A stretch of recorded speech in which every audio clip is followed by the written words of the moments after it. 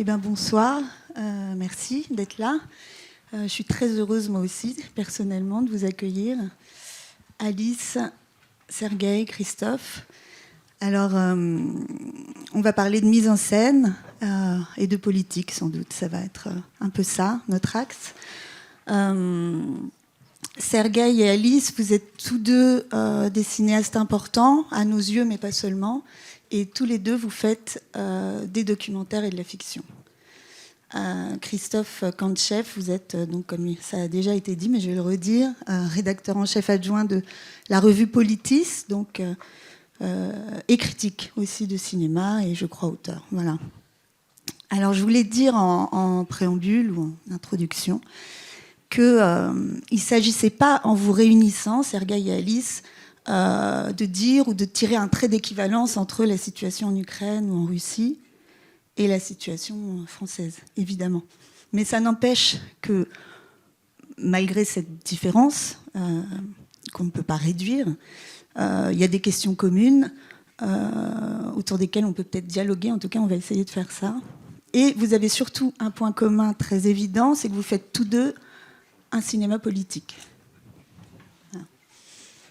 Alors, je vais commencer par une question à laquelle, je crois, vous répondez dans vos films différemment.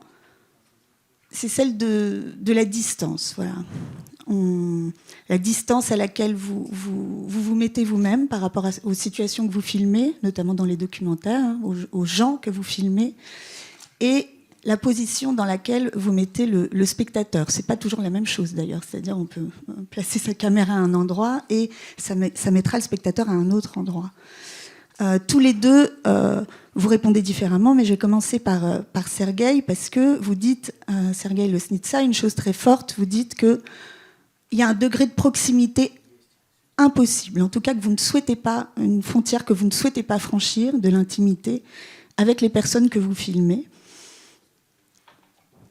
Est-ce que votre cinéma serait celui de la non-identification, puisque la distance, c'est aussi un principe un outil, on va dire, d'identification à un personnage, etc. Il me semble que vous vous refusez à ce processus-là, en tout cas dans les documentaires, et que vous mettez en jeu ce que vous appelez l'acteur collectif, c'est-à-dire qu'au fond, votre personnage principal, c'est la foule. Cela dit, on peut s'identifier à une foule, peut-être. Enfin, en tout cas, je vous laisse nous parler de ça.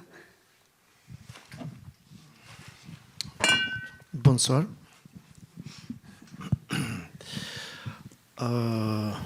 Большое спасибо за приглашение. Merci beaucoup pour cette invitation. И возможность говорить. Pour la possibilité que j'ai de m'exprimer.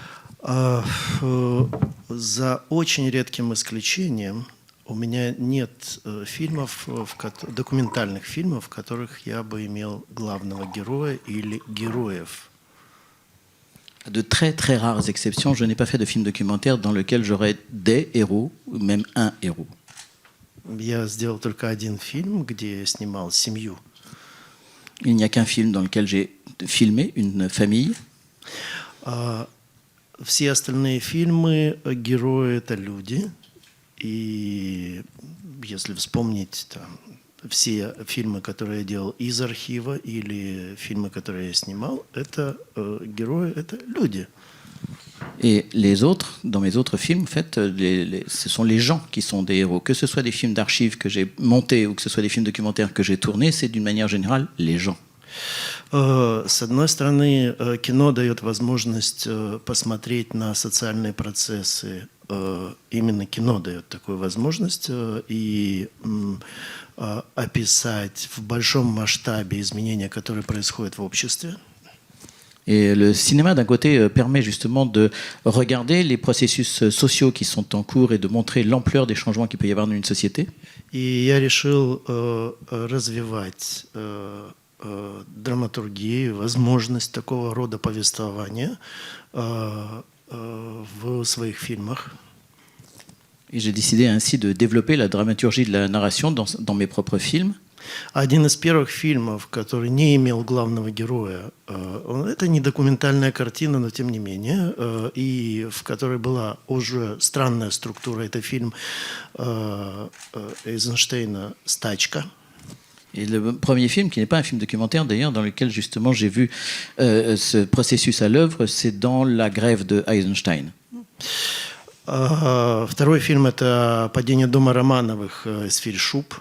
Le deuxième film, c'est un film d'Esther Schub qui s'appelle La fin de la dynastie des Romanov. И после этого фильма Дзиги Вертова. Там Après- тоже нету главного героя, кроме человека с киноаппаратом. Он Après- тоже не герой, а функция. Après, il y a eu les films de Vertov où il n'y a pas de héros, si ce n'est le héros du film L'homme à la caméra. Du coup, c'est une. Pardon, vous trouvez que c'est un trait occidental, finalement, plus occidental, de diriger un personnage en héros et de construire le film autour de. Нет, это не западный подход. Non, c'est pas une démarche occidentale. Это индивидуальный выбор. C'est un choix individuel. Ну, то есть я хотел закончить, я продолжаю определенную традицию. Pour finir ce que j'avais commencé, je voulais juste dire que je prolonge effectivement une certaine tradition. И в какой-то степени отвечаю на, скажем, фильмы Вертова. Et dans une certaine mesure, en fait, je réponds au film de Vertov. Фильм «Государственные похороны» – это ответ на его фильм «Колыбельная». Mon film Les funérailles de Staline répond au film Le Berceau, И так далее. etc. Но не снимать, не подходить близко к персонажу – это мой выбор. Et ne pas approcher trop près un personnage, c'est mon choix. Две причины. Il y a deux raisons à cela. Я ничего не понимаю в жизни других. Je ne comprends rien à la vie des autres. Я не знаю, они понимают ли что-то в своей жизни. Et je ne sais pas s'ils comprennent quoi que ce soit à leur propre vie. Дай Бог мне разобраться в собственной жизни. Donc, faut surtout que j'ai la possibilité moi-même de m'y retrouver dans ma propre vie, de la comprendre. И зачем я буду туда ходить? Et pourquoi est-ce que je devrais aller vers là-bas? Вторая причина. La deuxième raison, Человек часто, которого снимают, становится, за очень редким исключением, актером, который отвечает ожиданиям режиссера. à de très très rares exceptions, en fait, la personne que vous filmez devient acteur et répond aux exigences et aux attentes du metteur en scène.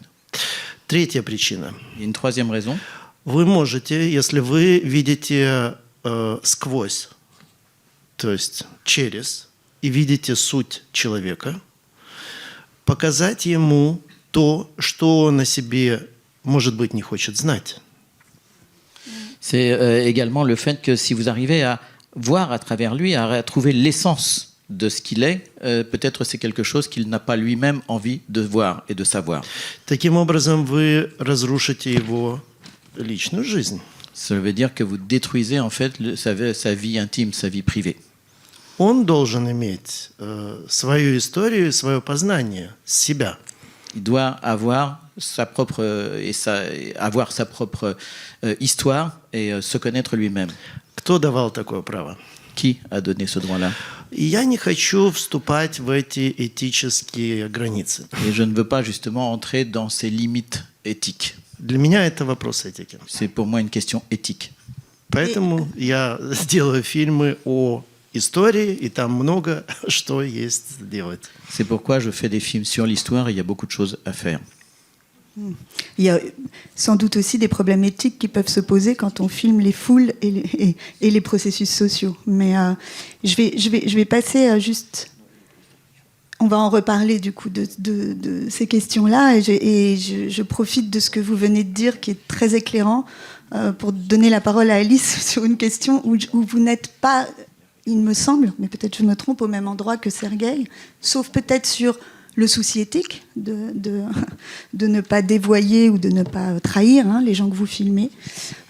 Mais dans votre il me semble en tout cas que votre démarche politique repose sur le fait d'inscrire justement des vies qui n'étaient pas, et vous l'avez très bien dit dans nous, dans l'ordre symbolique des images, des récits, de les inscrire dans cet ordre symbolique, et dans le même temps de ne pas stéréotyper leur présence ou leur apparition.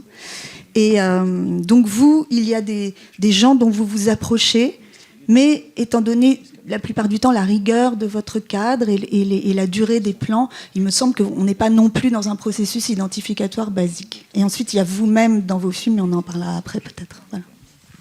Bon, merci beaucoup déjà pour cette invitation. Je suis ravie d'échanger avec vous et avec Sergueï, dont j'admire beaucoup le travail.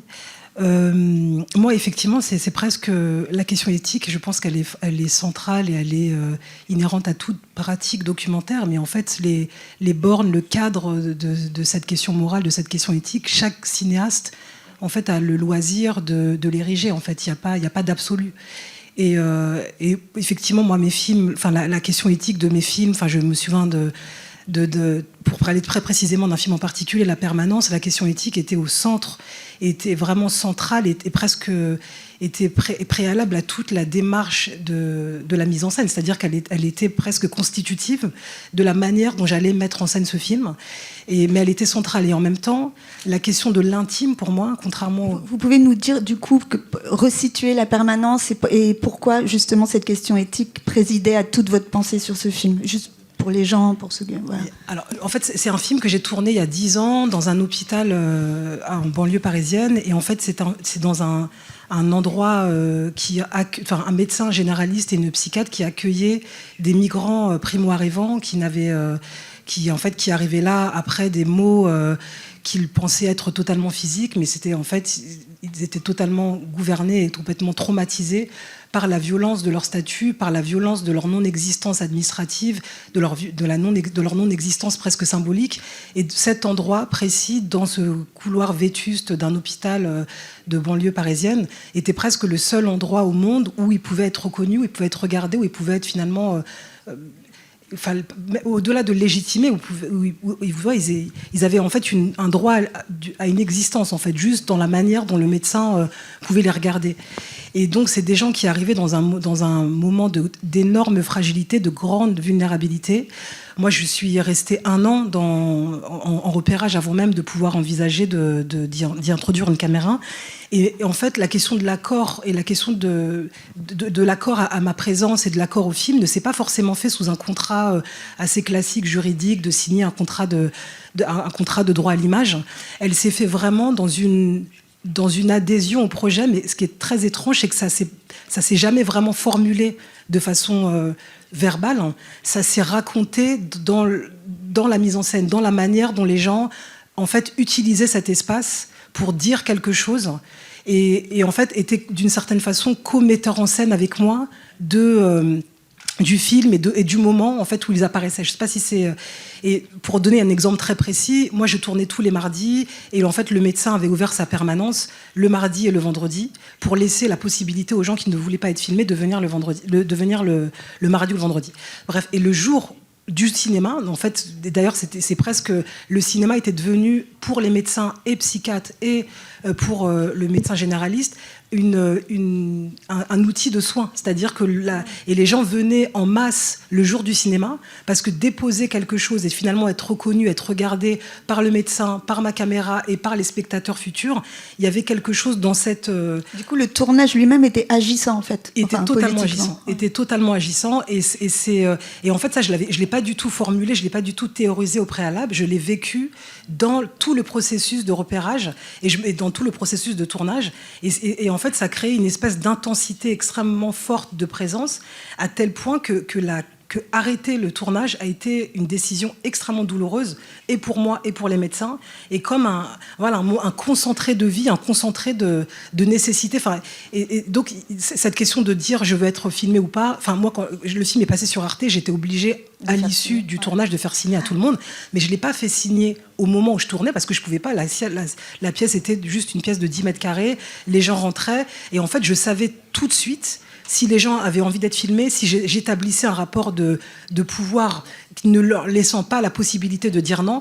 En fait, tout ça se voit, tout ça se sent, tout ça s'éprouve, mais de façon, c'est pas de façon directe, pas de façon verbale, mais ça s'éprouve juste dans la mise en scène, et tout se voit. C'est-à-dire que dans un film pareil, il n'y a pas du tout de place qui est laissée à quelque chose qui pourrait être un rapport de pouvoir, même un rapport de prédation par rapport à ce que ces gens avaient envie de dévoiler ou pas.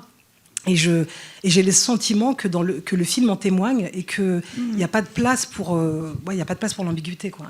Parce qu'ils se sont emparés de l'espace que vous avez créé, quoi. J'ai le sentiment de ça, en tout cas. Et est-ce que l'un et l'autre, une question commune du coup, est-ce que il vous est arrivé de tourner, que ce soit avec cet acteur collectif que sont les mouvements collectifs, justement, dont vous parlez, Sergueï, ou vous, avec des gens singularisés, hein, dans La Permanence, mais aussi dans d'autres films. Est-ce qu'il vous est arrivé de tourner quelque chose que finalement vous n'avez pas monté parce que, pour des raisons éthiques, justement? Ah, alors, je ne sais pas. Sergueï, peut-être?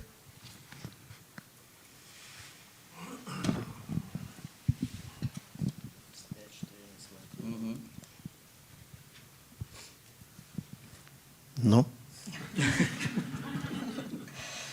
Voilà.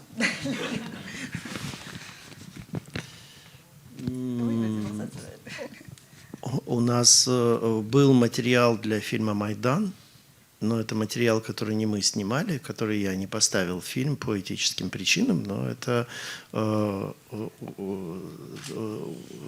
прямо в кадре мы видим, как погибают протестанты, ну, протестующие.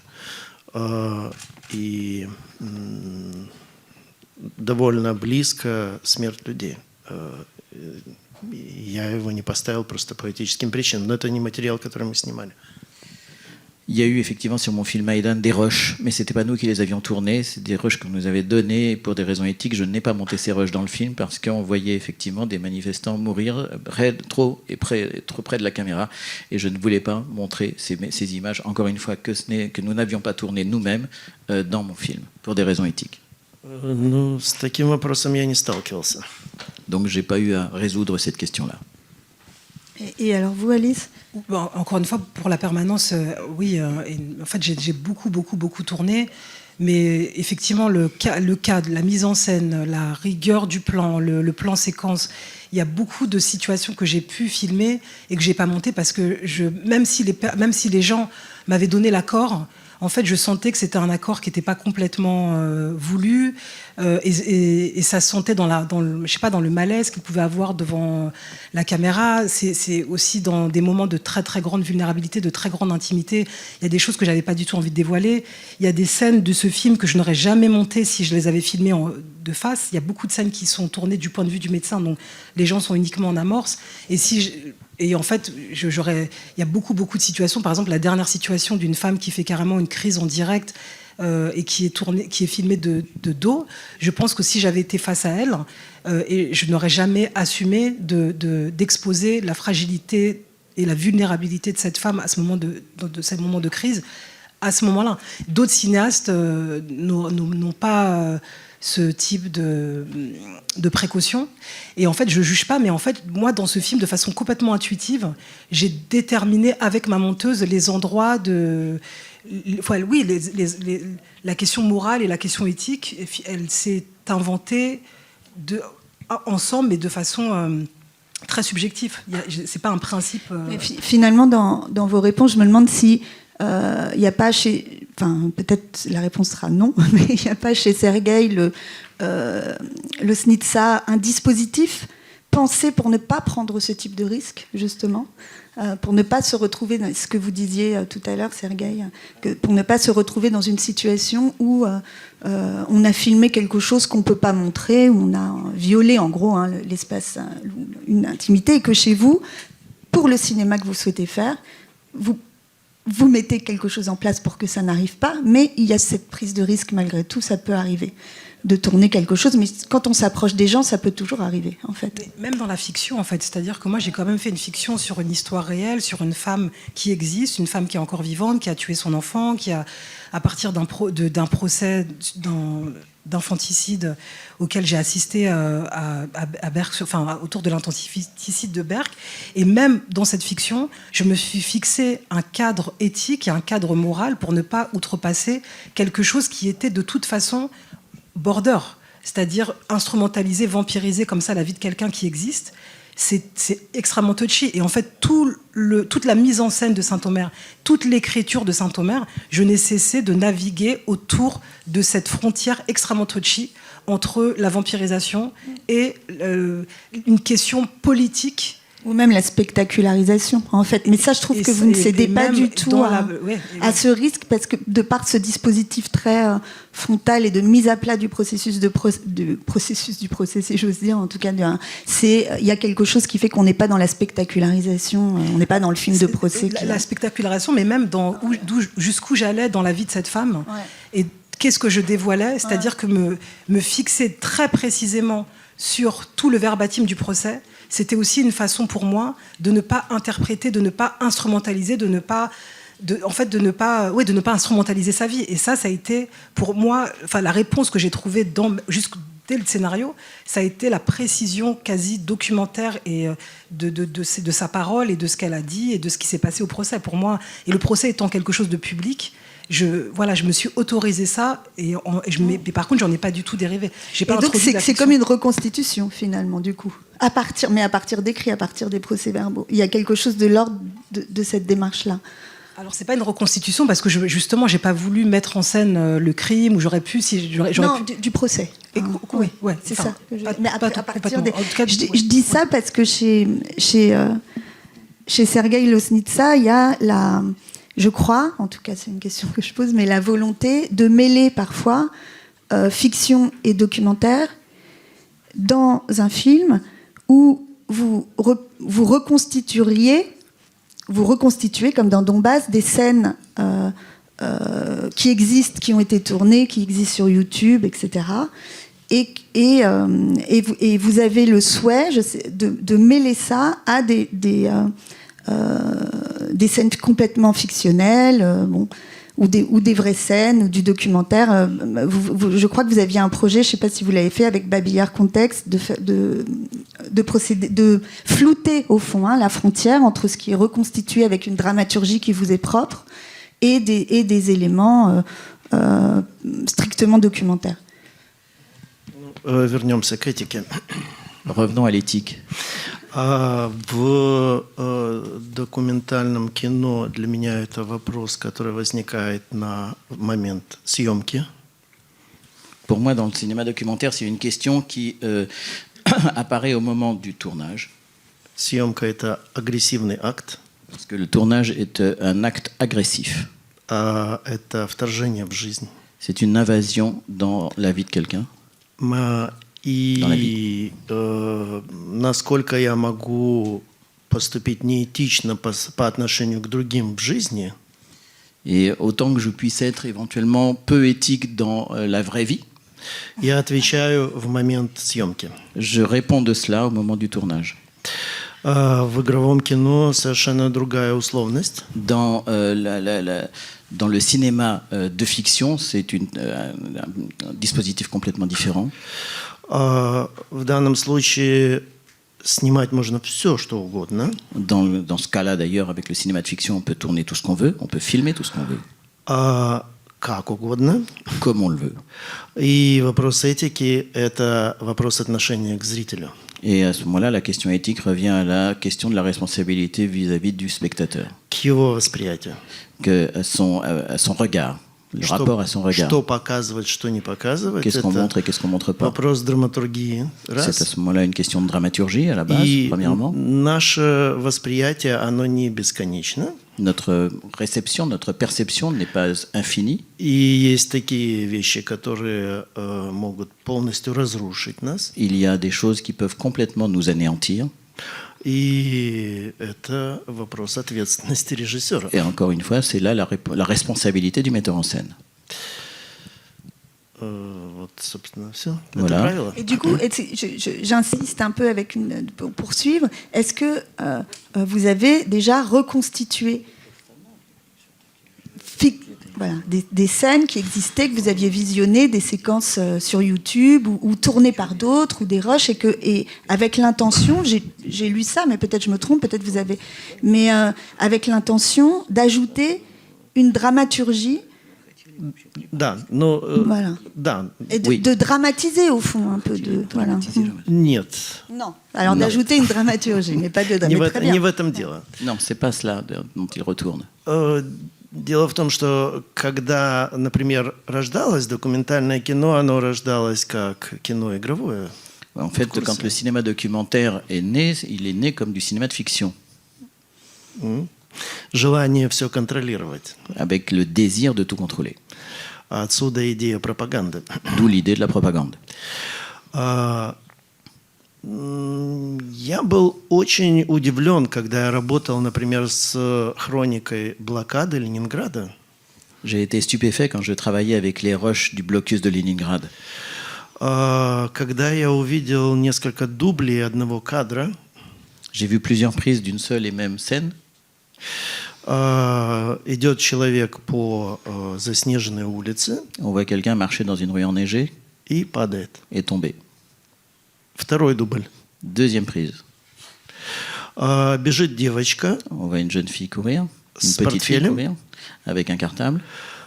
следующий кадр это летит самолет немецкий, L'image d'après, on voit un avion allemand survoler. следующий кадр взрыв, L'image d'après, on voit une explosion. лежит рука девочки, On voit la main de la petite fille par terre. открыт учебник, On voit un manuel ouvert. и все это засыпано землей. Et tout ça est recouvert de terre. Это игровая картина. Et ça, c'est un film de fiction. Мой вопрос очень простой. Donc ma question est très simple. Война перед глазами, у вас камера. Vous avez une guerre qui se déroule sous vos yeux et vous avez une caméra. Обстреливают каждый день. Почему вы не снимаете? Puisque des gens se font tirer dessus tous les jours, pourquoi est-ce que vous ne vous servez pas de votre caméra? Зачем необходимо создавать? Pourquoi est-ce qu'il faut impérativement créer? Это я Фабрики. процитировал фильм Романа Кармена «Ленинград в борьбе». Je pourrais citer le film de Roman Carmen, Leningrad en guerre, dans la lutte. И ответ не очень такой простой на этот вопрос. Et donc cette question, elle n'est pas si simple pour y répondre. Идея контроля. C'est l'idée du contrôle. Все должно быть под контролем. Tout doit être sous contrôle. Это не только касается тоталитарного общества. Et ça ne concerne pas que les sociétés totalitaires. Ну, в принципе, человеческого представления о мире. C'est la vision humaine du monde. Вы создатель мира, Vous créez le monde. и он должен быть подчинен вам. Et il doit vous être soumis.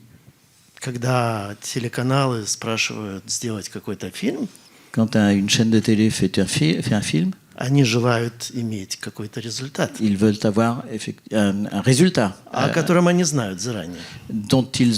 qu'ils connaissent auparavant. Речь идет о документальном фильме, мы не знаем, как это произойдет. Et là, on parle d'un film documentaire et on ne sait pas ce qui va arriver au bout du compte. Если мы возвращаемся к фильму «Донбасс», который я сделал по мотивам роликов, которые были сняты аматорами и выложены на YouTube. Et si on revient au film Donbass, effectivement, et que j'ai vu un certain nombre de séquences qui avaient été tournées par des gens et qui avaient été mises sur YouTube, то для почти каждого из этих роликов я дописал финал. pour chacune des séquences que j'avais vues, j'ai fini par écrire une fin à ces séquences-là. То есть, конечно, я вторгся туда. Ну, вторжение было. Donc c'est une entrée, en fait, je suis rentré dans ces images-là. В принципе, я вам скажу, что да, это игровая картина. Мне необходимо, чтобы история заканчивалась и был смысл у каждой истории. Comme c'était un film effectivement de fiction, il était important pour moi d'avoir une fin à chacune de ces histoires. В жизни не всегда существует смысл. История не всегда заканчивается. Le sens n'est pas forcément intrinsèque à la vie. Il y a parfois des choses qui n'ont pas de sens et il n'y a pas forcément de fin. Как Кира Муратова как-то мне сказала, Un jour, Kira Muratova m'a dit документальное кино очень хитрый жанр. le cinéma documentaire est un genre très rusé, très malin. он претендует на то, чтобы быть отражением реальности, Il prétend être le reflet de la réalité, но мы, как режиссеры, знаем, что там нет никакой реальности, Mais nous- что это твоя воля. nous, en tant que metteurs en scène, on sait très bien qu'il n'y a aucune réalité, que c'est juste le fruit de ta volonté. И в этом смысле документальные фильмы обманывают зрителя, Et donc, dans ce sens-là, les films documentaires mentent aux spectateurs, претендуя на подлинность, parce qu'ils prétendent être authentiques. и используя эту подлинность. Et ils utilisent en utilisant cette authenticité. И мое стремление в игровых картинах быть близким к документальности, Et mon aspiration, quand je fais des films de fiction, à être le plus proche du film documentaire, это желание добиться глубокой эмоции от зрителя. répond à mon désir d'obtenir une émotion profonde chez le spectateur, И используя это чувство подлинности, en exploitant justement ce sentiment d'authenticité, чтобы переживание зрителя было безусловно, pour qu'il y ait impérativement une émotion chez le spectateur, чтобы он там существовал в моем фильме. pour que ce spectateur existe dans mon film. Иммерсивное искусство. C'est un art immersif. Вот туда движение. C'est vers ça qu'on Ну, avance. если мы посмотрим, например, как менялась актерская игра, Si on voit par exemple comment a évolué течение 100 le лет. jeu des acteurs durant les 100 dernières années, то это вот очень подобное близкое движение. c'est un mouvement qui s'apparente à celui que je viens de décrire. Сейчас актеры играют, ну, зависит от фильмов, но в большинстве фильмов, как наши соседи. Ça dépend des films, bien évidemment, mais dans la plupart des films, les acteurs jouent comme nos voisins, Не как Грета Гарбо. pas comme Greta Garbo. Ça, c'est certain. Ce serait cette impression. Donc, du coup, vous ne croyez, j'imagine, pas du tout à la possibilité de produire un cinéma objectif ?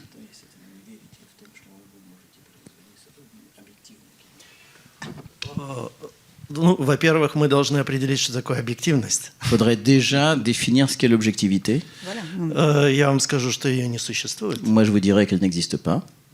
Oui, c'est pour ça que je vous dis, vous n'y Даже на croyez уровне absolument pas. атомного ядра ее не Mais- существует. Même dans ce qui concerne le noyau nucléaire, elle n'existe pas, cette objectivité. Вы знаете, что опыт определения положения электрона зависит от того, кто на этот электрон смотрит. Vous savez que la situation et la position de l'électron dépendent du regard que porte la personne sur le neutron en Dans la question. méthode quantique, oui.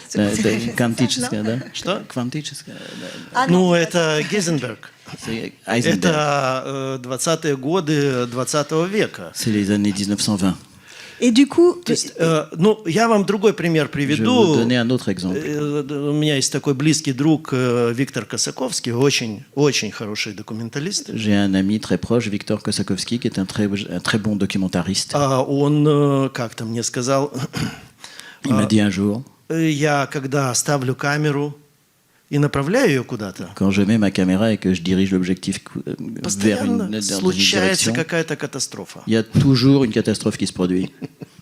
ça crée un Вы espace. можете увидеть Ouais. это в его фильмах. Et это ça, d'ailleurs, vous pouvez le действительно voir dans ses films à lui. C'est vrai. Фильм «Акварелла», они поставили камеру, Le film Aquarelle, ils ont mis la caméra. снимали машину, которая снимали лед Байкал. Ils ont voulu filmer une voiture. En fait, ils filmaient la glace du lac Baïkal. Появилась машина, которая пересекала Байкал Ils ont vu une voiture qui traversait le lac Baïkal sur la glace и утонула прямо в кадре. et qui est tombée à l'intérieur, qui a creusé un trou et qui est tombée dans le lac. Фильм так по себе не существует. Он La существует caméra change вместе le с вами. réel, quoi. La caméra. Un film n'existe pas en tant que tel, il n'existe qu'avec vous.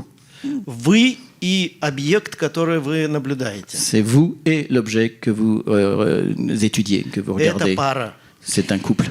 То есть вы часть того, что вы снимаете. Donc vous êtes partie prenante de ce que vous filmez. Voilà. То, что Vous вы êtes- снимаете, отражает вас. Et d'ailleurs, ce que vous filmez se reflète en vous. И наоборот. Et vous reflète aussi. Je suis bien d'accord avec tout ce que vous venez de dire. Et je pense qu'Alice aussi. Et que vous, Alice, c'est votre subjectivité qui n'est pas tout à fait réductible à la place de la caméra, puisque vous, votre subjectivité, vous l'introduisez dans vos œuvres par votre histoire personnelle. Par exemple, tous les deux, vous usez d'archives très souvent, enfin, vous avez un rapport très fort aux archives, et vous, ça vous est arrivé d'utiliser vos archives personnelles dans un film qui n'était pas du tout censé traiter de votre vie, au fond. Donc la place de votre regard, le fait qu'il y a un regard derrière la caméra et c'est le vôtre, ne passe pas, l'affirmation de ça, ne passe pas simplement par le fait que vous mettez en scène le réel, mais aussi par le fait que vous vous y impliquez vous-même, avec des reflets dans les films, des effets miroirs aussi, hein, avec des personnages. Voilà, encore une fois, moi j'ai beaucoup de mal à parler de la mise en scène avec des grands principes théoriques, parce que chaque film pour moi est une expérience et s'invente par lui-même. Donc j'ai pas du tout de grandes idées, de grands principes théoriques ou que je suivrais comme ça de film en film. Donc là, vous parlez d'un film très précis qui est Nous, où effectivement j'ai introduit, mais parce que en fait tenter de réfléchir à qu'est-ce qui serait une manière de penser en fait une identité collective depuis ma place. Et donc, le fait de m'inscrire par mes traces, par mes propres archives, par la vie de mes parents, de les inscrire dans ce grand récit français où jusqu'à présent, leur présence et en même temps la présence de tous les gens, comme mes parents, était fondamentalement manquante. Et c'est par ce manque que je suis devenue cinéaste, et c'est à partir de ce manque que j'ai voulu faire ce film. En fait, là, le fait d'inscrire ma propre histoire dans ce film, c'est presque une démarche politique qui dépasse totalement le propre rapport intime. Donc, c'est pas un principe.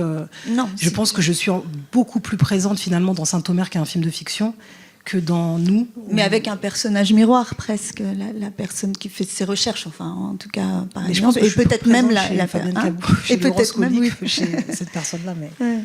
c'est. Oui, bien sûr. Parce que la question de l'objectivité. J'ai l'impression qu'il n'y a que les journalistes pour croire qu'ils puissent faire des images objectives. C'est, à mon avis, justement ce qui différencie le journalisme au cinéma. La question de la subjectivité existe évidemment du côté du journalisme, mais elle est contrôlée, elle est calibrée, elle est niée quand il y a cette prétention à l'objectivité. Du côté du cinéma, elle est affirmée. Après, elle peut être plus ou moins distante, plus ou moins en retrait, plus ou moins exubérante, parfois un peu trop présente. Mais d'une certaine façon, c'est l'essence du cinéma. C'est un mot que j'aime pas trop employer, le mot essence, mais bon, là, je l'emploie parce que c'est pratique. Moi, j'ai une question, si je peux me permettre, parce qu'en entendant Sergueï Loznitsa sur la création de l'émotion, et puis je crois qu'il a parlé le public existe, enfin le spectateur ou la spectatrice existe, ou pour la faire exister. Je me demande si une question politique très, très, très forte là je pense en particulier pour les films de fiction, c'est la place que le cinéaste ou la cinéaste réserve au spectateur ou à la spectatrice. Non pas en termes d'efficacité, c'est-à-dire c'est ce que j'ai entendu un tout petit peu là chez Sergueï, c'est-à-dire il faut absolument qu'il y ait de l'émotion. Alors ça peut être très très très noble, hein. Hitchcock a fait ça très très bien, mais là c'est plus en se posant la question de savoir quelle place on réserve au spectateur. Est-ce qu'il va pouvoir respirer? De quelle manière va-t-il pouvoir ressentir ce qu'il va se passer en lui en voyant le film? Est-ce qu'il va être plaqué contre son fauteuil parce que les émotions sont trop fortes ou parce que la démonstration est trop implacable? Voilà, c'est une question qui me semble... Enfin, ça résonne avec ce que vous disiez tous les deux de toute façon.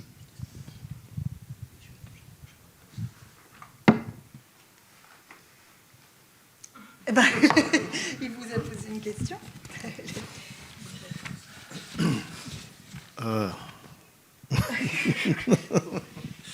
En tout cas, c'est important. Ce que je retiens de ce que vous venez de dire, c'est ce souci de la place qu'on ménage au spectateur, en fait, hein, dans le dispositif qu'on invente, quoi. Et notamment, je pense que c'est Sergueï un souci. Est-ce que c'est un souci que vous avez? Ну да, зритель это жертва атаки. Oui, le spectateur est une victime de l'attaque. Mais dans une victime bien sûr une victime éthique de l'attaque, mais est-ce que si l'attaque est un peu plus gentille, vous pouvez lui ménager un petit espace?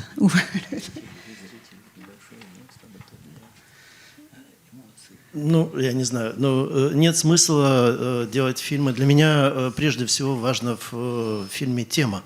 L'important pour moi dans chacun de mes films, c'est le thème. То есть я просто так какую-то историю мне неинтересно рассказывать. Ça ne m'intéresse absolument pas de raconter juste une histoire comme ça.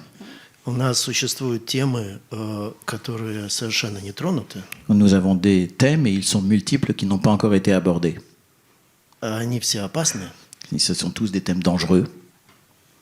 Да? Par exemple, Ну, например, я сделал фильм «Бабий Яр. Контекст». J'ai fait le film par exemple Babi Yar Contexte, Ответственность за то, что произошло. la responsabilité de ce qui s'est passé. Кто ее разделяет? Qui la partage cette responsabilité? Да? Серьезный вопрос. C'est une question sérieuse, question grave. Касается жизни и идеологии в том числе, и Ça- политики. Ça concerne la vie, Нынешний. l'idéologie, la politique.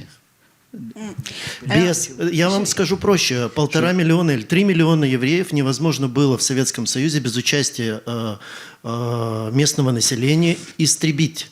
Je vais vous dire autrement, il n'y a pas 3 millions de juifs qui ont été exterminés sans le soutien et la participation des personnes qui habitaient sur le territoire. Невозможно жить, не говоря ни слова в течение, может быть, 50 лет об этом истреблении. Ce n'est pas possible de vivre pendant quasiment 50 ans sans parler de cet anéantissement. Шостакович написал 13-ю симфонию, которая называется «Бабий Яр». Бабий Яр – это место, где произошла одна из самых больших экзекуций евреев в течение Второй мировой войны. Shostakovich a écrit une symphonie, sa 13e symphonie, qui s'appelle Babi Yar, Babi Yar, en fait, c'est le nom du lieu où a été exécuté le plus grand nombre de juifs par la Shoah par balle. Знаете, сколько раз в Киеве исполнялась эта симфония? Est-ce que vous savez combien de fois cette symphonie a été interprétée à Kiev? Ничего особенного, просто симфония. Juste une symphonie, 2 раза. 2 fois. В 1988 году, когда стало возможно говорить про эти акции, En 1988, quand il a été pour la première fois rendu possible de parler de ces actes, когда это не стало называться семитизмом в Советском Союзе, quand ils ont cessé d'appeler ça du sémitisme, comme on le disait du temps de l'Union soviétique, и в 2021 году et en 2021, при участии украинского президента, участии президента Германии и президента Израиля. avec la participation, la présence du président ukrainien, allemand et des présidents ukrainiens, allemands et israéliens. В 80-летие этой трагедии Pour le 80e anniversaire de cette tragédie. в этой симфонии участвует хор. Il y a un chœur dans cette symphonie. Все хоры, так как эта симфония написана на стихи русского поэта Евтушенко, все хоры отказались участвовать, украинские. Tous les chœurs ukrainiens ont refusé de chanter parce que les paroles avaient été écrites par Yevtushenko. Хор пришлось собирать. Il a fallu donc trouver des chanteurs pour former un nouveau chœur. Это сейчас, Et c'est maintenant que je vous dis ça, 21 год. en 2021. Событие произошло 80 лет назад. Cet événement s'est déroulé il y a exactement 80 ans. И настолько горячая тема. Et vous comprenez à quel point c'est encore un sujet extrêmement brûlant. bien sûr, comprend pourquoi. Так что это одна из. C'est vrai qu'on a... C'est l'un des thèmes. Ouais, je suis désolée. Alors nous, on dit sujet plutôt que thème. C'est vrai que on a axé ces rencontres autour de la mise en scène, donc au fond de questions formelles, mais sans distinguer le fond et la forme. C'est pas l'idée. Donc je suis désolée par rapport à votre envie de parler des sujets, et évidemment il faut en parler, que vous abordez, que nous on est préféré anglais, on va dire, la discussion sur la manière dont vous procédez, la manière dont vous fabriquez. Mais là j'aimerais vous parler d'histoire justement, puisque vous abordez ce film-là.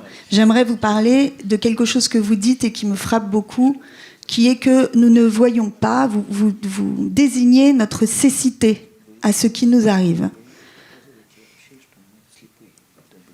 Et il me semble que... Alors, si vous y êtes déjà, j'avais pas venu. Ну, конкретно, потому что это абстрактное утверждение, конкретно на слепоту по отношению к чему?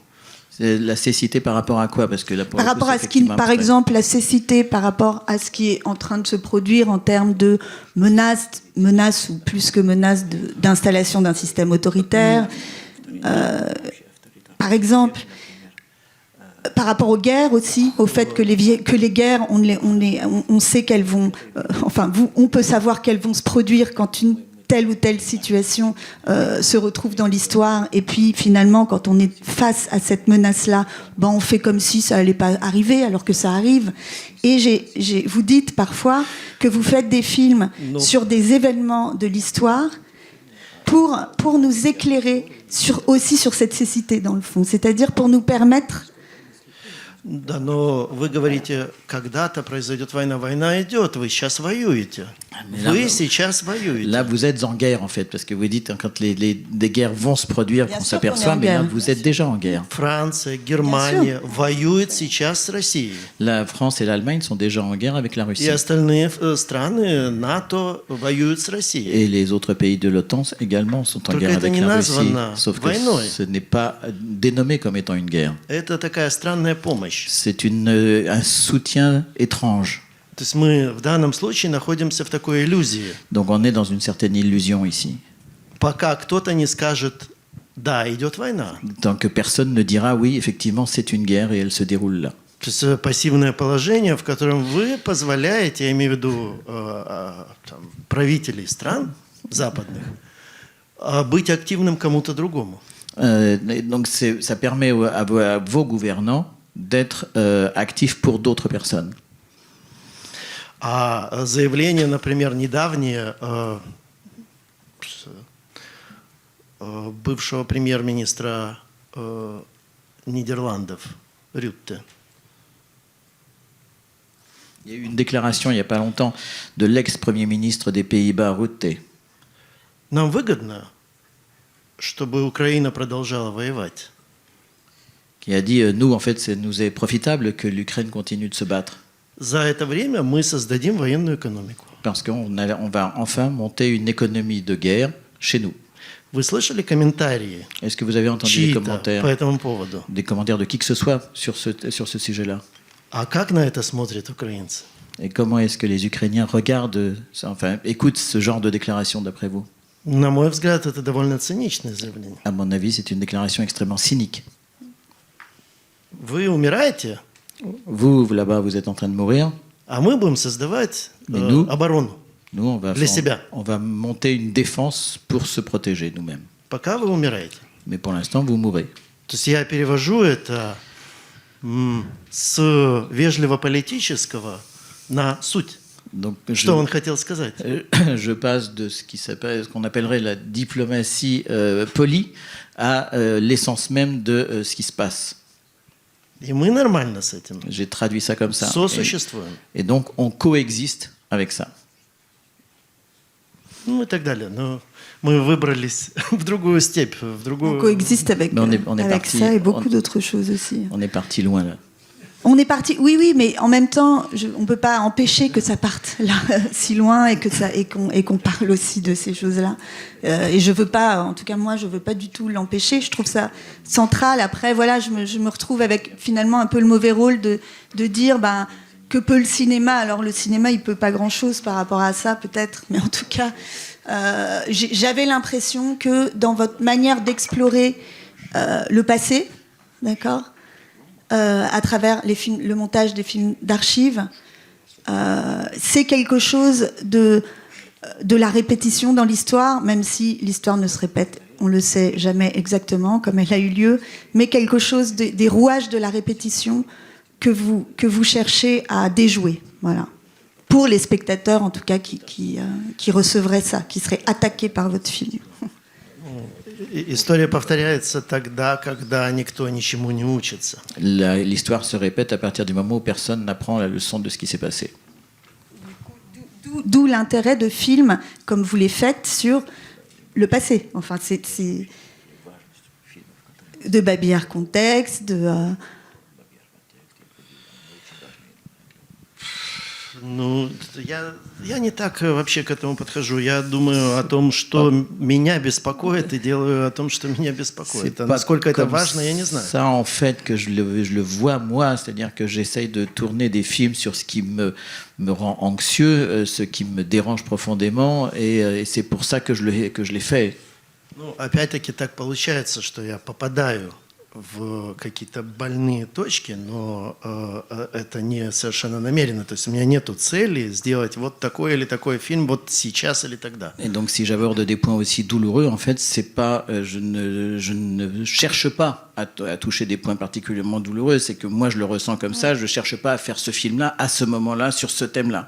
C'est des choses qui sont en moi. Это всегда зависит от возможности финансирования, это зависит от того, что можно запустить сейчас, а что потом, и так далее. Ça dépend aussi de problèmes de financement, de ce qu'on peut commencer à faire comme tournage maintenant, ou ce qu'il faut reporter parce qu'on n'a pas assez de financement.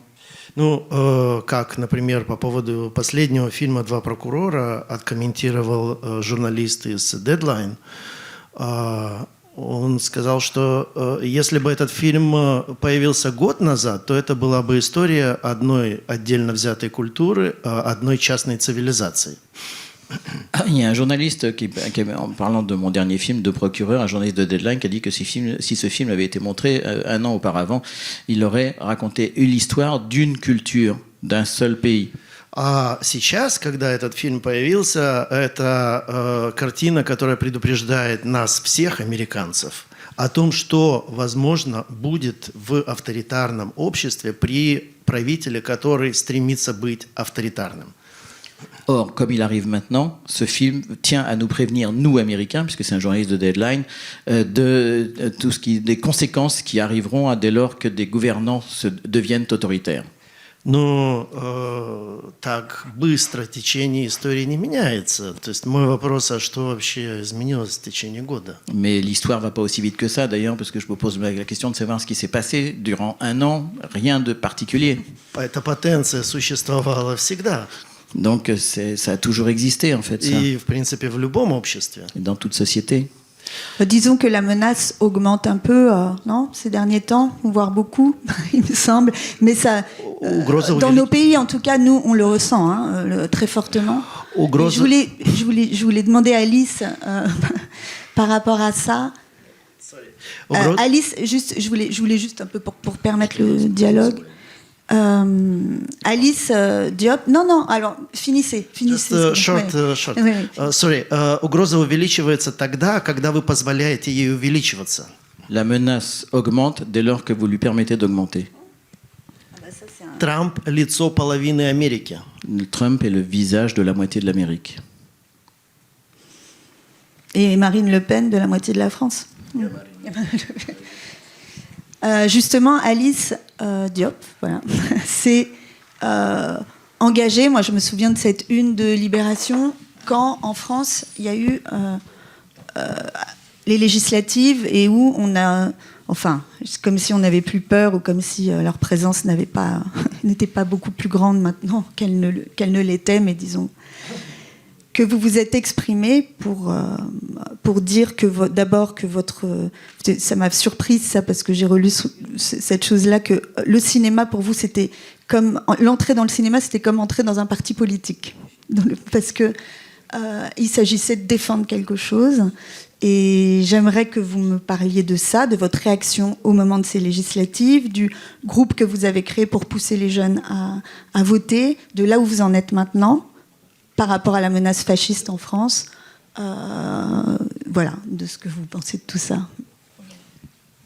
Moi, je peux vous raconter pourquoi j'ai effectivement décidé de rentrer en cinéma et pas en politique.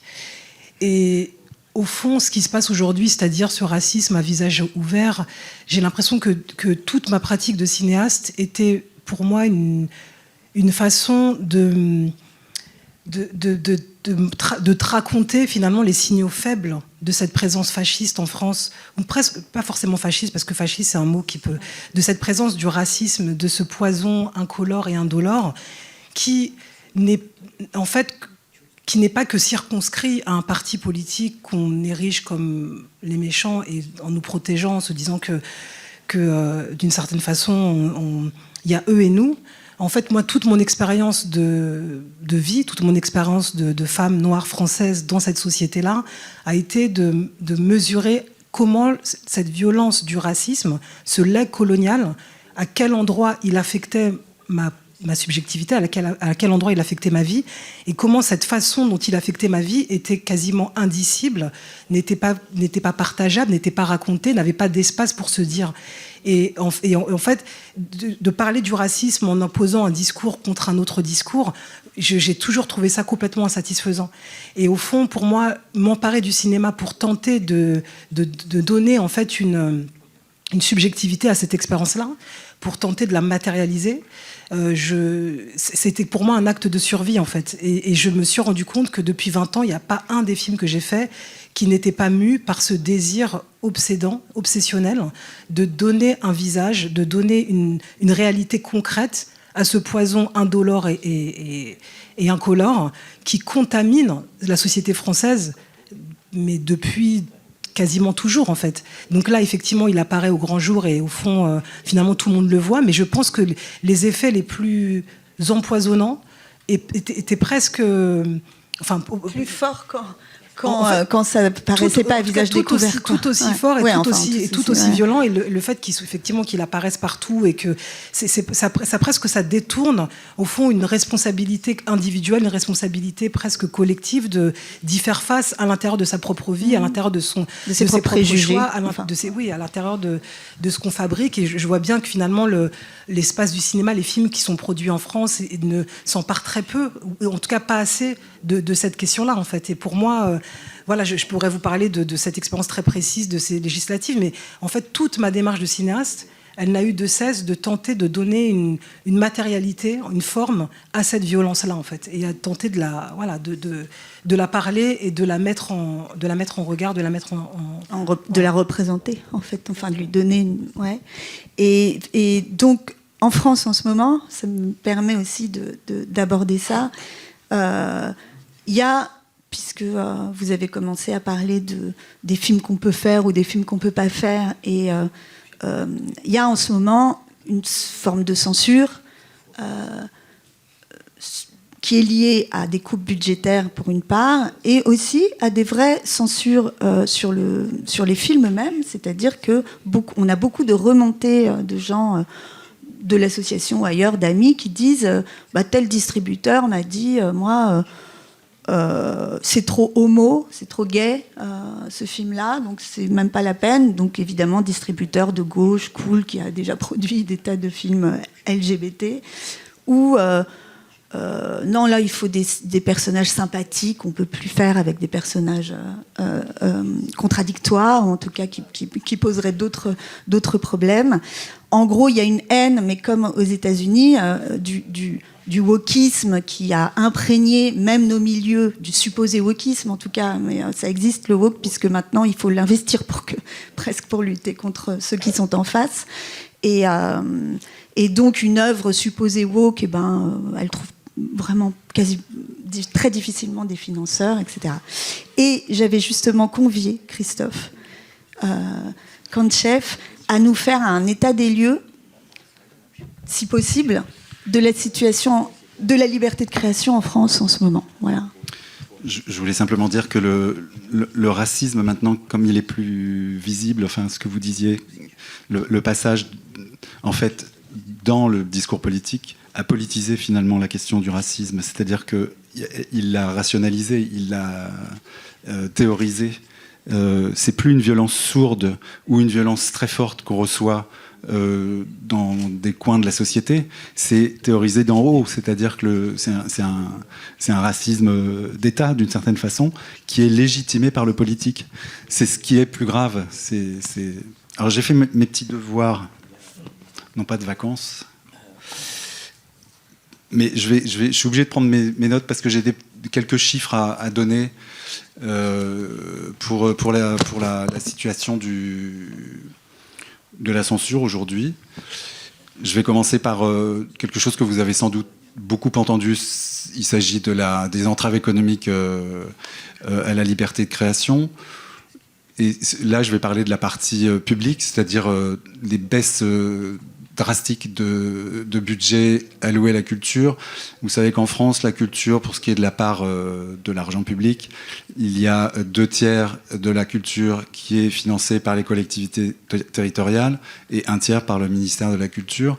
Et là, ce sont en particulier les collectivités territoriales qui ont baissé dans les budgets de 2025 drastiquement pour certaines régions. Je vous donne un ordre d'idée. La Nouvelle-Aquitaine a enlevé 21%, l'Île-de-France 20%, le Grand Est 9,3%. Le pionnier dans cette affaire, ça a été Vauquier dans sa région Auvergne-Rhône-Alpes, qui depuis 2022 baisse les budgets à la culture. La première année, en 2022, le fameux festival de Clermont-Ferrand du court-métrage a perdu plus de la moitié de sa subvention que lui allouait la région. Et puis vous avez sans doute entendu parler des Pays de la Loire. Là, c'est 68% du budget qui a été coupé. Alors, ça se répercute pas forcément dans la production, mais c'est surtout sur les festivals, et en particulier les festivals de cinéma, les grands festivals de cinéma. Enfin, moi, il y a un festival que j'aime vraiment beaucoup à Nantes qui s'appelle le Festival des Trois Continents, le Festival Premier Plan à Angers aussi. Enfin, tous ces festivals-là sont très, très impactés. Et puis, les départements s'y sont mis aussi. De toute façon, c'est une chaîne. Et en particulier, alors, il y a 25 départements qui ont baissé leur subvention. Et en particulier, celui de l'Hérault, qui est PS, qui a réduit de 48% le budget à la culture. Le budget aussi, contrairement à ce que Rachida Dati a dit au début de l'année, le budget du ministère de la Culture a aussi baissé, mais en moindre mesure. Si ça vous intéresse, parce que il se trouve qu'il y a une carte des baisses de crédit qui est faite par l'Observatoire des politiques culturelles, une cartocrise que vous trouvez sur le site. C'est très intéressant parce que chaque lieu qui a sa subvention baissée explique d'où ça vient et explique les implications que ça a en termes d'emploi et en termes de spectacles qui diminuent ou de... Mais juste pour... puisque nous, on est sur la question là de... Là, j'allais passer à la culture... de la censure. La censure plus économique, voilà. Mais la censure... Mais justement, la censure économique, je voulais vous interroger là-dessus, c'est que la censure économique, il y a une partie qui est parfois justifiée par il n'y a plus d'argent, je sais pas quoi, il faut faire des économies, mais aujourd'hui on peut pas croire à ça en fait. C'est-à-dire que on peut pas croire que c'est simplement le souci de faire des économies. Il y a vraiment un désir politique de dire la culture, faut plus la financer quoi. Bah, oui, parce qu'il y a de toute façon, c'est la preuve en est que certaines régions ont gardé leur niveau de budget à la culture. Donc, or les demandes de l'État sur les restrictions de budget globaux sur les régions sont les mêmes pour toutes les régions. Et je suis bien obligé de remarquer que la région Hauts-de-France, qui est dirigé par un homme de droite, Xavier Bertrand, a maintenu comme la région Bretagne aussi, qui n'est pas à droite, ont maintenu leur budget. Donc effectivement, non, c'est un vrai choix, c'est un vrai choix politique. C'est un choix qui va au-delà d'ailleurs de la haine du woke. C'est la haine de tout débat, la haine de toute remise en question, de toute dénaturalisation. Ils appellent ça la haine de la déconstruction. Leur plus grande, puisqu'ils font des colloques maintenant pour s'attaquer à la déconstruction. Qui est quand même un concept pas franchement woke, puisque c'est Derrida qui l'a mis au point. Pour ce qui est de la censure plus politique, vous avez peut-être entendu parler, parce que ça, je ne sais pas si ça a été vraiment sur le devant de la scène, mais les députés RN à l'Assemblée nationale, c'est en avril, ont essayé par un amendement de supprimer le CNC, ce qui évidemment aurait été une catastrophe. C'était dans le cadre du projet de loi sur la simplification économique. Et le député RN qui portait cet amendement a expliqué que le CNC accorde de trop nombreuses aides à des films qui font trop peu d'entrées. Et le député s'appuyait sur un rapport de la Cour des comptes, pensant que le CNC a de l'argent donc du ministère, c'est-à-dire des contribuables, de nous, et que c'est cet argent qui va dans les films. Ils n'ont pas encore compris, manifestement, au RN, comment fonctionne l'avance sur recette, par exemple, mais bon, ça, c'est un peu le problème aussi, c'est-à-dire qu'on leur accorde beaucoup à ces gens. Et en fait, il y a une... Ce qui est assez étonnant, c'est qu'il y a c'est comme Trump, en fait, il y a une coexistence de bêtises et de grands pouvoirs, en fait. Et donc, c'est effectivement très dangereux. Je donne quand même le résultat du vote de ce jour-là. Il y avait 131 votants, 127 suffrages exprimés, majorité absolue 64 pour 39. Donc à 25 voix près, il y a 577 députés à l'Assemblée nationale, à 25 voix près, le CNC aurait pu être supprimé. On en est là quand même. Enfin, alors, sur un plan plus... sur le terrain, disons, les associations d'extrême droite, et pas simplement d'extrême droite, s'attaquent... alors là, il y a énormément d'attaques contre des spectacles, surtout du spectacle vivant. L'art contemporain, c'est leur bête noire. Et c'est souvent selon deux axes. Soit c'est l'accusation de blasphème, soit c'est la protection à l'enfance. Ça, je pourrais vous faire une liste très longue de cas. Et puis, il y a d'autres attaques qui viennent de l'extrême droite, mais là, c'est des gens qui ont beaucoup d'argent. Donc, c'est Bolloré, c'est Canal+. Alors, il y a toute une réflexion du côté des cinéastes sur, évidemment, la question de comment financer les films, parce que Canal+ est un acteur majeur dans la production française. Peut-être, Sergueï, ça vous le savez, ou peut-être il faut l'expliquer un peu, que Canal+ a des obligations de financement des films d'auteurs français qui permet de financer beaucoup de films, justement. Et maintenant, cette chaîne a été achetée par Bolloré, qui est un milliardaire ou milliardaire d'extrême droite. Voilà, en gros.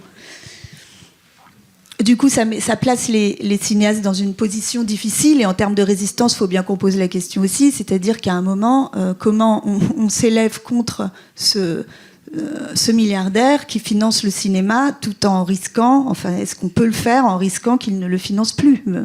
Et je pense qu'on est arrivé à un moment où il faudrait peut-être parvenir à le faire, mais c'est très compliqué.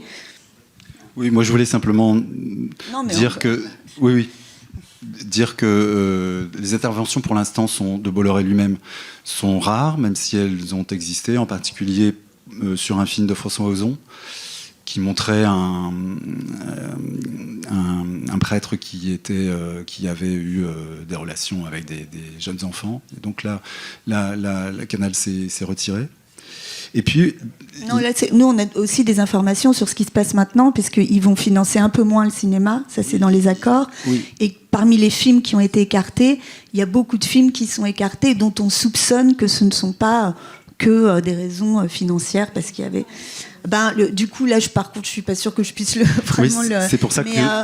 mais des films avec des... C'est là que ça va être très fragile, c'est-à-dire que la censure, quand elle joue sur la question économique, en fait, le censeur ou le supposé censeur peut toujours dire qu'il n'avait pas assez d'argent pour financer tous les films, et il y aura toujours un flou autour de la raison pour laquelle tel ou tel film est écarté, sauf s'ils prennent le risque de le dire carrément, c'est-à-dire de dire c'est un film woke, c'est un film... voilà.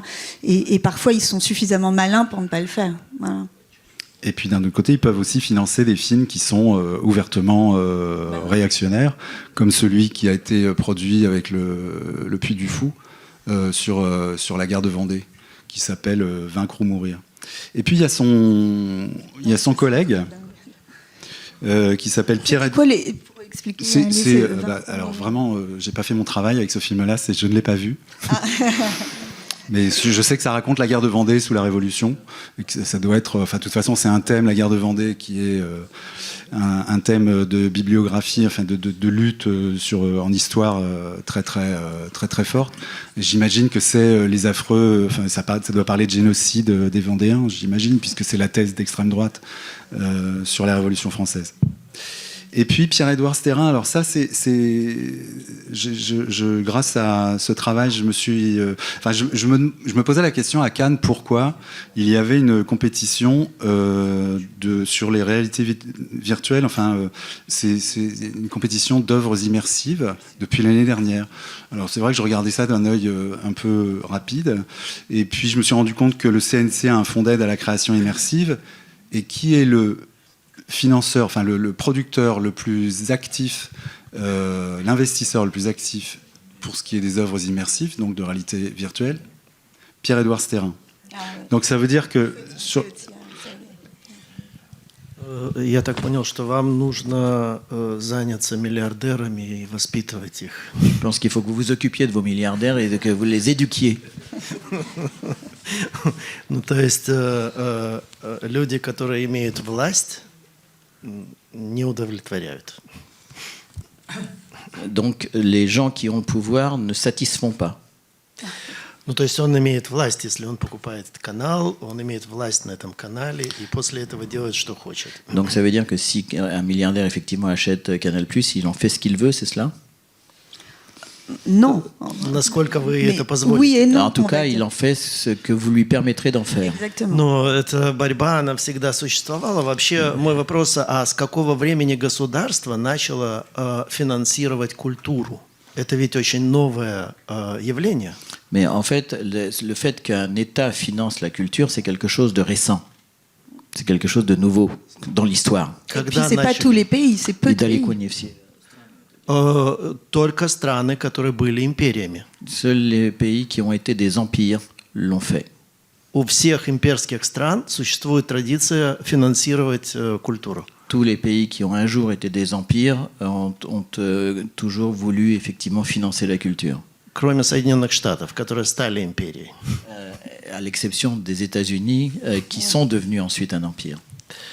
То есть это абсолютно новая идея на самом деле. En tout cas, c'est une nouvelle idée. Ну, а что касается... Ну, конечно, за деньги все время приходится бороться. Миллиардеры или там еще группа товарищей из политики вдруг захотят кого-нибудь убрать. Donc l'argent est toujours à la source des choses que veulent les milliardaires ou parce qu'il y a un groupe politique qui veut écarter telle ou telle personne. Дело в том, что культура – это самый мощный инструмент или оружие защиты. La culture est en fait l'instrument le plus puissant de défense qu'on puisse imaginer. То есть в результате высокая культура всегда побеждает. Donc, in fine, la haute culture vainc toujours, du verbe vaincre. И это Il remporte toujours la victoire. единственное, что остается потом, после того, как все, там, не знаю, цивилизации уходят. C'est tout ce qui reste une fois que les civilisations sont mortes. И это очень простая мысль, которую нужно просто объяснить тем людям, которые имеют возможность управлять деньгами. Et c'est une idée qu'il faut, assez simple, qu'il faut expliquer aux gens qui, justement, gèrent l'argent. То есть это первое, куда необходимо вкладывать. C'est la première chose, la culture, dans laquelle il faut qu'ils investissent. То есть люди, не способные к каким-либо действиям, это ваша ценность. Parce que, justement, votre valeur, c'est de voir les gens qui sont capables de faire quelque chose. А это достигается воспитанием и Et взращиванием. Et ça, c'est en élevant des gens, en éduquant les gens qu'on peut y arriver. Ну, а что касается цензуры, так C'est pas l'humeur actuelle, en tout cas majoritaire en France, des politiques français qui sont au pouvoir en ce moment. Mais ça l'a été un peu plus auparavant, parfois. Mais là, c'est vraiment pas l'ambiance actuelle. L'ambiance actuelle, c'est plutôt de considérer que la culture est absolument inutile, que c'est une dépense inutile et qu'il faut s'en passer. Voilà. Oui, et puis la culture ou le cinéma n'est pas intrinsèquement antifasciste. Non. Il y a eu des cinéastes fascistes. D'ailleurs, je voulais vous faire part d'un petit dialogue entre Godard et les gens des Cahiers. Ils étaient plusieurs à faire cette interview. Et c'était en 67 et ils disaient... donc les Cahiers demandaient, ils disaient « Renoir déjà mettait en doute l'influence immédiate du cinéma. La guerre, remarquait-il, avait éclaté juste après qu'il avait fait La Grande Illusion, un film pour la paix. » Godard, ah ça oui, le cinéma n'a pas la moindre influence. On a cru un jour que l'arrivée du train en gare ferait peur. Ça a fait peur une fois, mais pas deux. C'est pourquoi je n'ai jamais pu comprendre, même ontologiquement, la censure. Elle part du principe que le son et les images ont des répercussions sur la conduite des gens. Bon.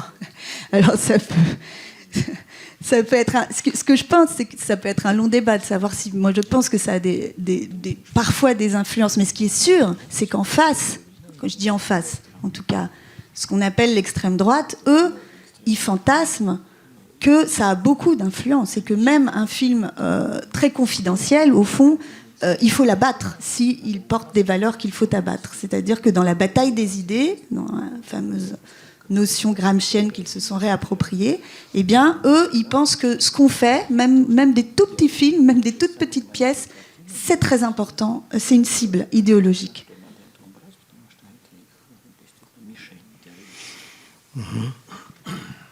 Okay.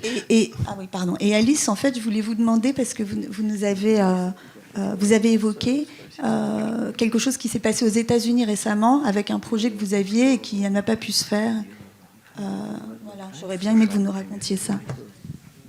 Oui, moi en fait j'ai passé un an à Harvard, donc on va dire au cœur de la cible de ce que peut être un pouvoir qui s'abat en fait sur les intellectuels, sur la culture, sur l'université, avec une espèce de jouissance féroce. Et ça fait extrêmement peur. Et j'ai eu l'impression d'avoir passé un an dans ce qui pourrait être une anticipation de ce qui va probablement, de ce qui pourrait, de façon assez probable, nous arriver.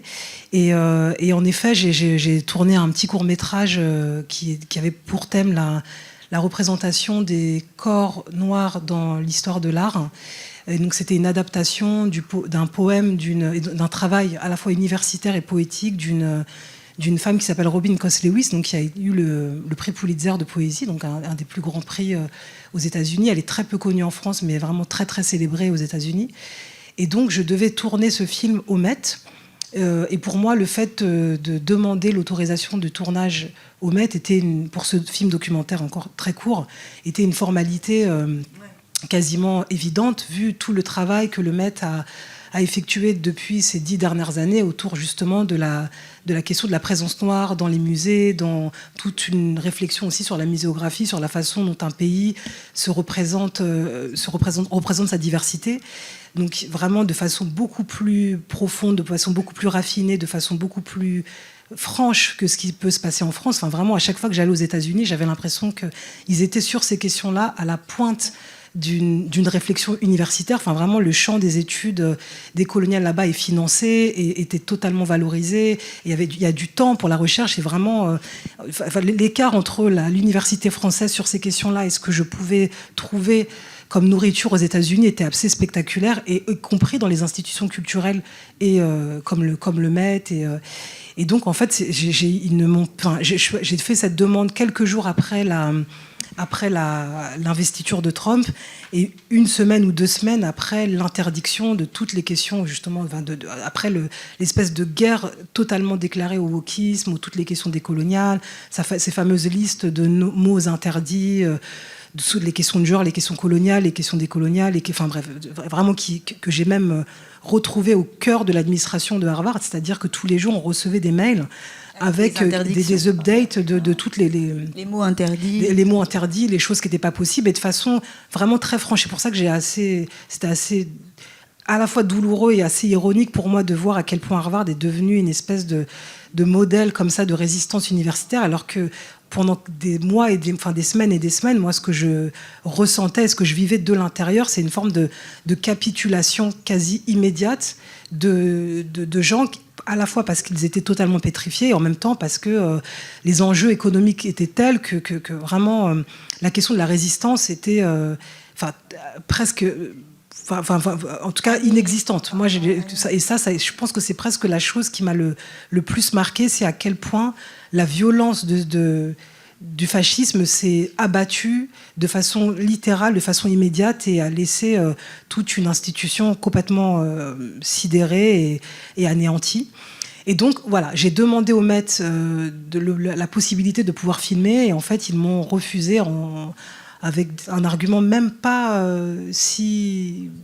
en assumant la peur carrément dit. Ils n'ont pas dit complètement comme ça, mais ils n'ont pas dit complètement comme ça, mais en gros c'était ça. Et c'était 1 semaine à peine après l'élection de Trump. Donc c'est la première fois où j'ai été vraiment confrontée directement à l'impossibilité de faire un film pour des raisons absolument politiques. Et voilà, ça a été. C'est un peu un aperçu de ce qui pourrait arriver et de ce qui est en train peut-être déjà d'advenir. Et vous avez réagi, vous avez rendu public une réaction par rapport à ça, ou pas du tout? Pas encore, parce que le film est en cours de montage, mais j'y compte bien. Ça peut être une manière. J'y compte bien, ouais. Qu'est-ce que vous en pensez, Sergueï? Я думаю, что это нормальная ситуация борьбы. C'est une situation normale de lutte в которой мы постоянно находимся. Dans laquelle on se trouve de manière permanente. Я не столько беспокоюсь о судьбе культуры. Je suis pas si inquiet que ça sur le destin de la culture. Дело в том, что культура — это же не просто произведение, это не фильм, не картина, не книга. Parce que la culture, c'est pas juste un film ou un tableau ou un livre. Это вне индивидуальный интеллект. C'est en dehors de l'intellect humain. То есть он не индивидуален. Il n'est pas individuel. Elle n'est во всех его проявлениях. Dans toutes la manière qu'il a d'être, de se montrer au monde. Компенсирующий незнание индивидуумов. Il compense la méconnaissance de l'individu. Это определение Лотмана, одного из C'est une définition de Lotman que je vous cite. Профессора Тартусского университета. C'est un professeur de l'université de Tartu. Так что я не беспокоюсь, что культура разлита всюду, во всем. La culture est développée partout, dans tout. А ситуация цензуры будет всегда. Et la situation de la censure sera toujours existante. Она из разных мест исходит, и не только от политиков. Elle provient de partout et pas seulement des politiciens. От воззрения людей тоже. De la vision aussi qu'ont les gens. То есть те фильмы ценные, которые возмущают зрителя. Il y a des films importants qui dérangent les spectateurs. Поскольку возмущение фильмом – это возмущение найти себя в том, что ты увидел, и не принять себя. Ce qui dérange le spectateur, c'est justement de ne pas accepter ce qu'il est en train de regarder et de ne pas s'accepter tel qu'il se voit à l'écran. То есть это подсознательный акт. Et évidemment, c'est un acte subconscient. И если вы вспомните режиссеров, которые что-то создали, они постоянно возмущали. Et si vous remémorez en fait tous les metteurs en scène importants, ils ont toujours dérangé les gens. 2 года шел процесс в судах Италии по поводу фильма Пазолини «Соло» или «120 дней Содома». Il y a eu 2 années de procès pour Pasolini sur Salo et les 120 journées de Sodome. Какое было решение Высшего суда Италии? Quelle fut la décision de la Cour suprême d'Italie? Это произведение искусства, и оно не подлежит рассмотрению в суде. Cette œuvre d'art est une œuvre. Ce film est une œuvre d'art et donc ce ne peut pas être un tribunal qui doit décider de son sort. Что тем самым сделал фильм Пазолини? Ce que lui-même, ce film de Pasolini a fait, Закрыл тему. il a mis un point final à ce thème. Открыл возможность режиссерам делать произведения искусства, которые тоже будут возмущать. Il a donc offert la possibilité à d'autres metteurs en scène de faire des œuvres dérangeantes. То есть это достижение определенного рода. Il a réussi son coup, si je puis dire.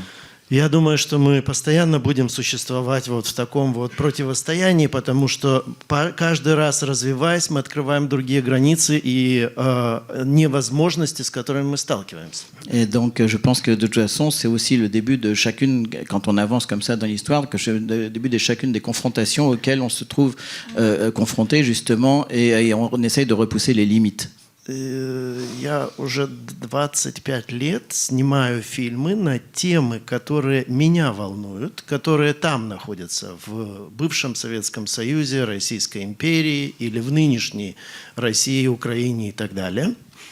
Ça fait 25 ans que je fais des films sur des sujets qui me remuent et je parle du passé, ça parle de l'Union soviétique, ça parle de l'Empire russe, ça parle de la Russie et de l'Ukraine d'aujourd'hui.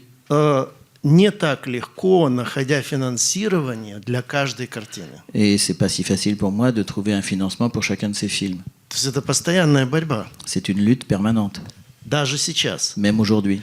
Я очень благодарен всем организациям, которые Et поддерживают. je suis toujours reconnaissant à tous les organismes qui me soutiennent.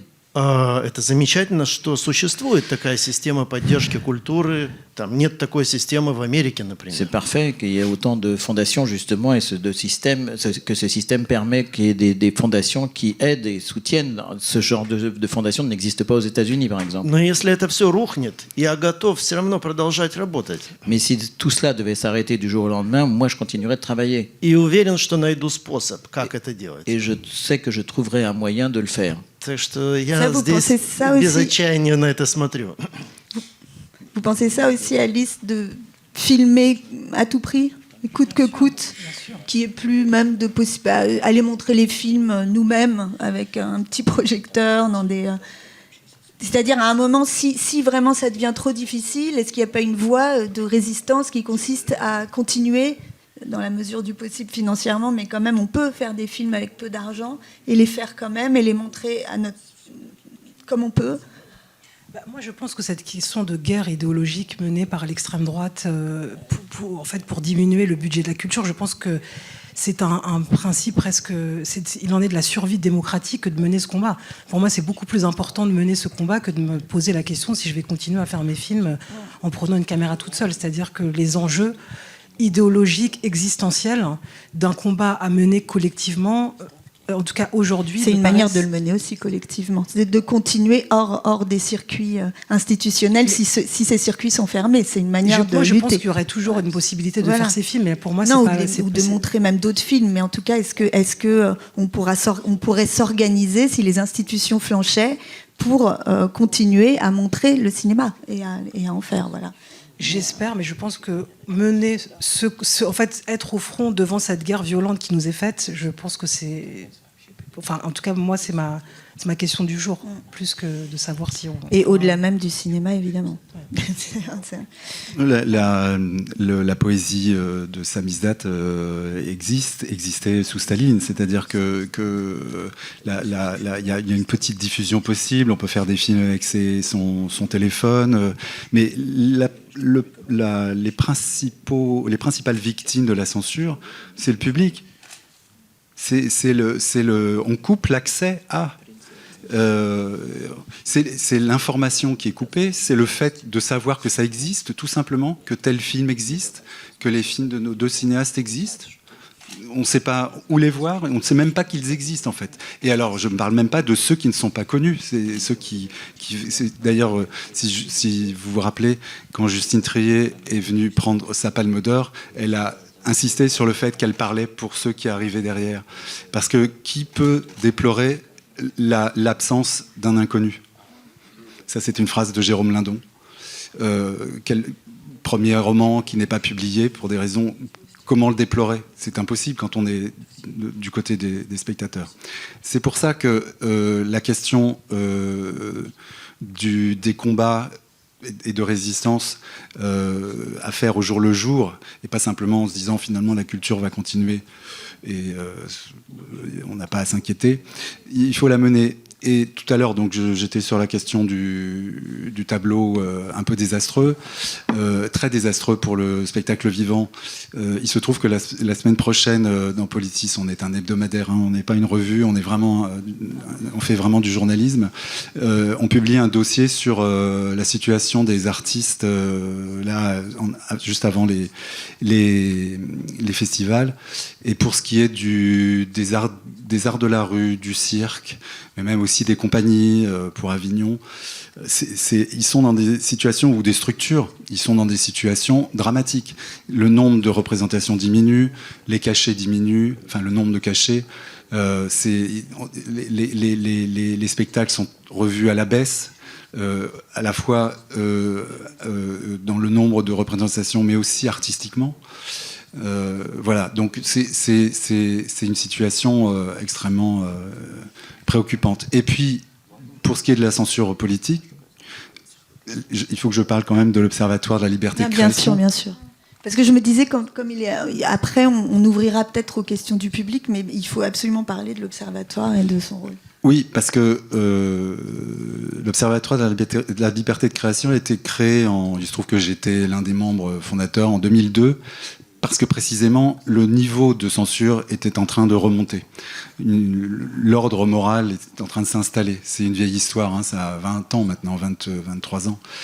Et l'Observatoire qui a été créé au sein de la Ligue des droits de l'homme est devenu indépendant là, très récemment, regroupe 19 organisations, et en particulier la SRF, mais pour le cinéma, il y a la CID, il y a l'Accord, 19 organisations qui vont de la CGT Spectacle, donc de syndicats, à des organisations comme l'Accord, qui réfléchissent sur le cinéma documentaire.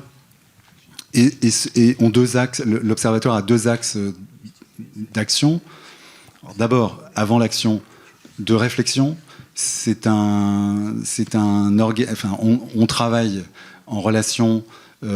Entre nous, il y a à la fois donc ces organisations et aussi des personnes qui sont des philosophes, des intellectuels, des critiques, des juristes, beaucoup de juristes, parce que justement l'une des actions, c'est de répondre aux attaques de l'extrême droite qui soit mènent devant les tribunaux, soit il faut attaquer ces organisations devant les tribunaux. Je rappelle qu'une chose qui est peu sue, c'est qu'en 2016 est passée une loi dont l'article 1er est, c'est très simple à se souvenir, mais la création artistique est libre. Et le deuxième article, c'est la diffusion de la création artistique est libre. La diffusion, c'est plus important pratiquement que la production. C'est pour ça que la question de l'accès du public est finalement plus importante que la production. À quoi ça sert une œuvre s'il n'est pas vu? Toute œuvre est un appel à, est une adresse à plutôt. Un livre qui n'est pas lu est un livre mort, c'est une lettre morte. Donc il y a cet axe procédurale, disons, devant les tribunaux. Et l'Observatoire se propose aussi, quand il y a des situations de conflit, de bataille, se propose de faire des médiations, c'est-à-dire en fait de provoquer du débat. Et là, je vais quand même faire aussi mon petit speech sur la critique. Parce que j'avais une citation, mais j'en ai une autre de Truffaut sur Bazin. En fait, je disais tout à l'heure que au-delà de l'ennemi woke, c'est le débat, la discussion, l'échange, qui est l'échange intellectuel, mais aussi l'échange très simple à la fin d'un film, par exemple, entre les spectateurs, de ce qu'on a ressenti. C'est ça que l'extrême droite, les droites en fait, parce que Retailleau, c'est l'extrême droite, il n'est pas RN, veulent éteindre. Et moi, je défends. Il se trouve que je suis critique depuis assez longtemps maintenant, et je défends l'idée que la critique n'est pas du tout une façon de dire ce qu'il faut penser d'une œuvre, mais c'est une proposition de lecture. C'est-à-dire qu'en fait, c'est une invitation à réfléchir ensemble. C'est-à-dire, en fait, à ce que le citoyen spectateur ne soit pas renvoyé à son état de consommateur d'images ou de livres, mais qu'il soit amené, invité à mettre des mots sur ses émotions, sur le chaos le chaos d'émotions qu'il a ressenti et les idées qu'il a eues en voyant une œuvre. Et ça, c'est indispensable, me semble-t-il, en particulier contre tout ce qui est injonction, l'injonction publicitaire, l'injonction, c'est-à-dire il faut voir tel film et parce que c'est comme si, ou l'injonction de la censure, il ne faut pas voir tel film parce que c'est dangereux, etc., etc. Et pour moi, la critique, c'est une question politique parce que c'est le fait que le spectateur ou la spectatrice fait agir sa dimension civique, citoyenne. Il se met en relation avec les autres et crée d'une certaine façon un espace public autour de l'œuvre, avec l'échange qu'il y a entre lui, le spectateur, et les arguments qu'il peut entendre ou lire, mais aussi qu'il peut échanger avec son voisin. Et cet espace public est un espace de neutralité, d'intelligence collective. D'intelligence collective, qui protège les œuvres et qui protège les spectateurs et les spectatrices. C'est comme ça que moi je défends la critique. Et la critique est surtout pas... Comme outil de démocratie, en fait. Surtout comme un outil démocratique, et surtout pas... Alors c'est une position un peu idéaliste, parce que bien sûr on sait que les critiques, plus ils sont influents... Soit ils cherchent à être très influents parce qu'ils sont dans des grands journaux. Bon, c'est une question de personnes, mais c'est aussi la critique a été complètement phagocytée par la question commerciale. Et maintenant, la seule question qui vaille, c'est est-ce que les critiques font vendre ou envoient les spectateurs dans les salles de cinéma. Vous dire que... Et ça, c'est un vrai... C'est de ça dont il faut s'écarter. Oui. Et alors, je vais simplement lire cette petite phrase, ce petit passage qui est le texte de Truffaut qu'il a écrit en 1958 à propos d'André Bazin.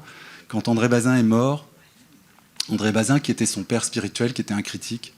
Et je trouve ce passage, pour ce qui est de la critique, mais alors absolument merveilleux. Avec un cœur immense, il était la logique en action, l'homme de la raison pure, un dialecticien merveilleux. Il croyait au pouvoir absolu de la discussion, et je l'ai vu amadouer jusqu'aux agents de police les plus matraqueurs. Assisté et non affligé d'un bégaiement grâce auquel il se faisait écouter plus attentivement, il désarmait la mauvaise foi en épousant d'abord la thèse adverse, puis en la prolongeant, mieux que l'interlocuteur n'aurait su le faire, pour la combattre enfin avec une rigueur exemplaire. C'est un modèle. C'est un jeune homme de 26 ans qui écrit ça, hein, donc c'est un peu idéalisé. C'est un texte éblouissant, enfin c'est pas éblouissant, c'est bouleversant, ce texte-là. Et il se trouve qu'il parle de la bonté d'André Bazin, il parle de cet homme rayonnant dont il a été donc le fils adoptif. Mais il se trouve qu'il y a quelques passages sur le cinéma ou sur la critique comme celui-là, et en fait c'est totalement lié. En fait, je pense effectivement qu'il y a un exercice enfin, je vais dire ça c'est horrible ce que je vais dire, parce que ça va me jeter des fleurs, parce que je suis en train de dire que moi la critique c'est comme ça que je veux la faire, mais il y a un lien entre effectivement une sorte de bonté. Bon, je dis ça parce qu'en fait je travaille beaucoup, enfin j'ai fait des livres avec Robert Guédiguian qui lui est à l'aise pour parler de la bonté, donc je peux me cacher derrière lui. Donc un lien entre la bonté et cet exercice d'échange avec l'autre, avec un grand A, qui est une considération de l'être qu'on a en face de soi, quoi. C'est tout l'inverse de tout ce qui se passe c'est clair. actuellement. Non. Mais c'est pour ça que... Les critiques en ordre de bataille aussi, alors. Oui, ceux qui partagent... Oui. Et alors, du coup, on va donner la parole, peut-être, justement, aux gens. Ah, voilà une question. Je voudrais savoir aujourd'hui si vous considérez qu'il y a beaucoup de cinéastes qui feraient de la résistance un peu partout, pas seulement en France. Ça existe, ou est-ce qu'il y en a beaucoup aujourd'hui qui font que du cinéma commercial? Parce que c'est plutôt le cinéma commercial qu'on entend beaucoup aujourd'hui.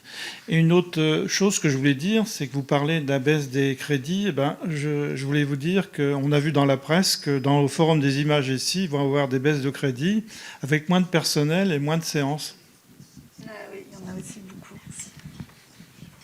Alors, je ne sais pas qui peut répondre à la question de est-ce qu'il y a beaucoup de cinéastes qui résistent. Как-то звучит странно, коммерческое кино и что, артхаус фильмы или как? Какое разделение? Quelle différence, elle est où la limite entre le cinéma commercial et le cinéma d'auteur? Хичкок снимал коммерческое кино. Hitchcock faisait du cinéma commercial. «Крестный отец» коммерческий фильм. Le Parrain, c'est un film commercial. «Апокалипсис сейчас» это коммерческий фильм. Le Parrain n'est pas un film commercial et Apocalypse Now non plus. Мне кажется, что это не совсем точное противопоставление. Donc je suis pas sûr qu'il faille les opposer l'un à l'autre. Но есть режиссеры, которые находят возможность делать фильмы о том, о чем они хотят делать фильмы. Il y a juste des metteurs en scène qui arrivent à faire les films dont ils rêvent. Таких немало. Et ils sont assez nombreux. Это просто ситуация, которая всегда существовала. C'est une situation qui a toujours existé. Очень индивидуально. Très individuelle. Если говорить обо мне, то я всегда пытаюсь находить возможности. Я единственный фильм не сделал, который имеет большой бюджет. Это «Бабий Яр». Это сценарий, который уже 10 лет существует, и я не нашел деньги на это. Pour ce qui est de ce qui me concerne, j'ai toujours essayé de trouver des solutions pour arriver à faire les films que je voulais. Le seul film que je n'ai pas réussi à faire parce que c'était un très gros budget, c'est «Бабий Яр», en film de fiction dont le scénario existe maintenant depuis 10 ans. Если нет возможности делать игровую картину, я снимаю документальный, там меньше бюджет, и меня удовлетворяет тот бюджет, который я нахожу. Et donc, si je n'arrive pas à faire un film de fiction pour des raisons budgétaires, à ce moment-là, je fais un film documentaire et j'arrive à faire ce film documentaire dans les limites du budget que j'arrive à trouver. И если не будет денег, я буду делать фильм без денег. Et s'il n'y a pas d'argent, je ferai un film sans argent. Ну, собственно, вот таково, не знаю, таков мой ответ на вызов того времени, в котором я живу. Et en tout cas, c'est ma réponse au défi que l'époque dans laquelle on vit me lance. Мое условие продюсера, мое последнее слово. Final cut мой, я выбираю оператора, я выбираю актеров, я выбираю всех. La seule chose que j'exige de mon producteur, c'est d'avoir le final cut et que je puisse choisir toute mon équipe qui vont des chefs opérateurs aux acteurs. В противном случае я не подписываю контракт. Sinon, je ne signe pas de contrat. Все. C'est Ну, tout. я думаю, что для каждого режиссера этот вызов существует, и каждый действует так, как он действует. Et je pense que chaque metteur en scène se trouve devant le même défi et ensuite c'est à lui de choisir quelle action il mène. Я хотел сказать еще И по жули. поводу демократии, тоталитаризма и разных условий, которые существуют для художника. Et je voulais aussi revenir sur la démocratie, le totalitarisme et les différentes conditions dans lesquelles peuvent évoluer les artistes. В советском тоталитарном Советском Союзе Dans l'Union soviétique totalitaire, очень тяжело, c'était très difficile. с большой борьбой, Il fallait mener une lutte intense, большими трудами, faire un gros travail là-dessus. но появились Mais Эйзенштейн, Зиговертов, sont Давженко, apparus Тарковский, Eisenstein, Параджанов, Zigovertov, Иосселяни, Tarkovsky, Колотозов и так далее. Parajanov, Yosseliani, Герман, Kalatozov, Кира German, Муратова. Kira Muratova. Они снимали, может быть, один фильм в 4-5 лет. Кира Муратова не снимала 10 лет. Ils arrivaient à faire des films parfois tous les ans, parfois tous les 4 ans, tous les 5 ans. Kira Muratova, il y a eu 10 années pendant lesquelles elle n'a pas pu faire de film. Но, тем не менее, как-то они себя, может быть, не полностью, но реализовывали. Ils sont arrivés, tous ces gens-là, à se réaliser. Peut-être pas dans leur complétude, Я mais не se говорю, что réaliser. это условия хорошие для художника. Je dis surtout pas que, bien évidemment, c'est une situation idéale pour un artiste. И я хотел обнадежить, что и в этих условиях возможно существование, такой опыт был.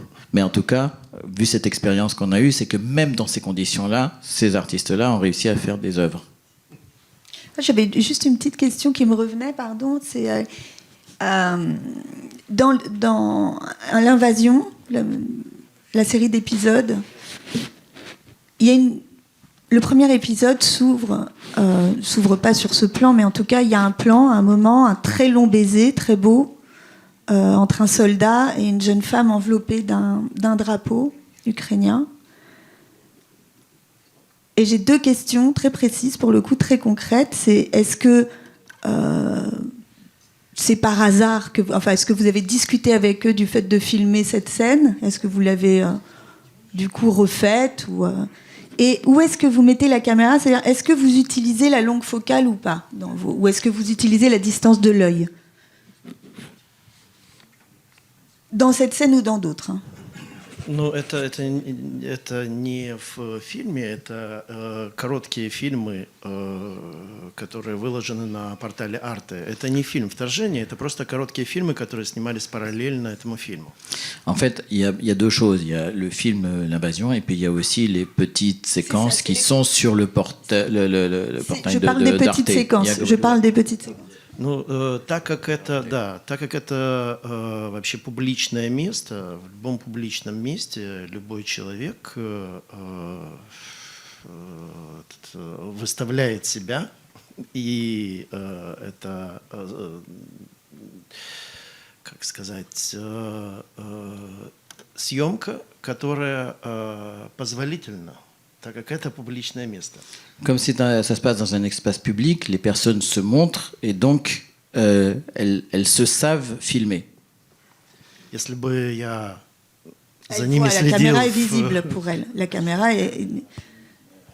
Нет, почему? Это никто не смотрит на эту камеру. Там столько камер, что это никому не интересно. Non, en fait, il y a tellement de caméras que ça n'intéresse personne de savoir quelle caméra les filme. Они забрались на танк и на танке целовались. Ils sont montés sur un char Public. d'assaut et se sont embrassés sur un char d'assaut devant le public, devant les gens. Интим исключен. Ils se sont mis en Il n'y spectacle a pas eux-mêmes, en fait. d'intimité du tout. Ils D'accord. se mettent en scène eux-mêmes. Но что касается там оптики, это 50. Pour ce qui est de la focale, c'est du 50 mm. Donc c'est l'œil, Значит, это глаз. В à peu смысле? près. Это практически глаз. Да. Oui, à peu près, effectivement. А камера рядом находилась. Oui, la caméra est juste à côté d'eux. Et vous, Alice, vous utilisez vous mettez à une distance qui est celle normale, enfin de l'œil, ou alors est-ce que parfois vous mettez la caméra un peu plus loin et vous utilisez la longue focale ou jamais? Alors, franchement, ça dépend des films. Je ne pourrais pas vous répondre aussi précisément parce qu'il n'y a pas de... Ça dépend vraiment des films, généralement. Je vois, alors plutôt la question c'est est-ce que ça vous est arrivé de cacher un peu votre caméra? C'est plutôt c'est une question un peu d'ordre moral du coup. Non, c'est alors ça, non, voilà, non, c'est ça. Ça, c'est un des principes moraux, effectivement, auquel je ne transgresserai pas. C'est non. On sait que, Ouais. que quand Exactement. vous filmez, La présence, c'est c'est un acte très visible. Bonsoir, merci pour la discussion. Moi j'avais une question par rapport en fait, à ce truc-là du pouvoir du cinéma, l'effet du cinéma en rapport à la montée de l'extrême droite, etc. Je me demandais en fait si vous avez eu un moment où vous vous êtes dit « Ah là, mon film, il s'est passé quelque chose par rapport à un public qui l'a vu ou je ne sais pas comment le dire, mais je ne sais pas à quel point j'y crois encore, on va dire, au pouvoir du cinéma par rapport à ça concrètement. Et du coup, je me disais si vous avez un rapport, une histoire concrète qui pourrait représenter ça.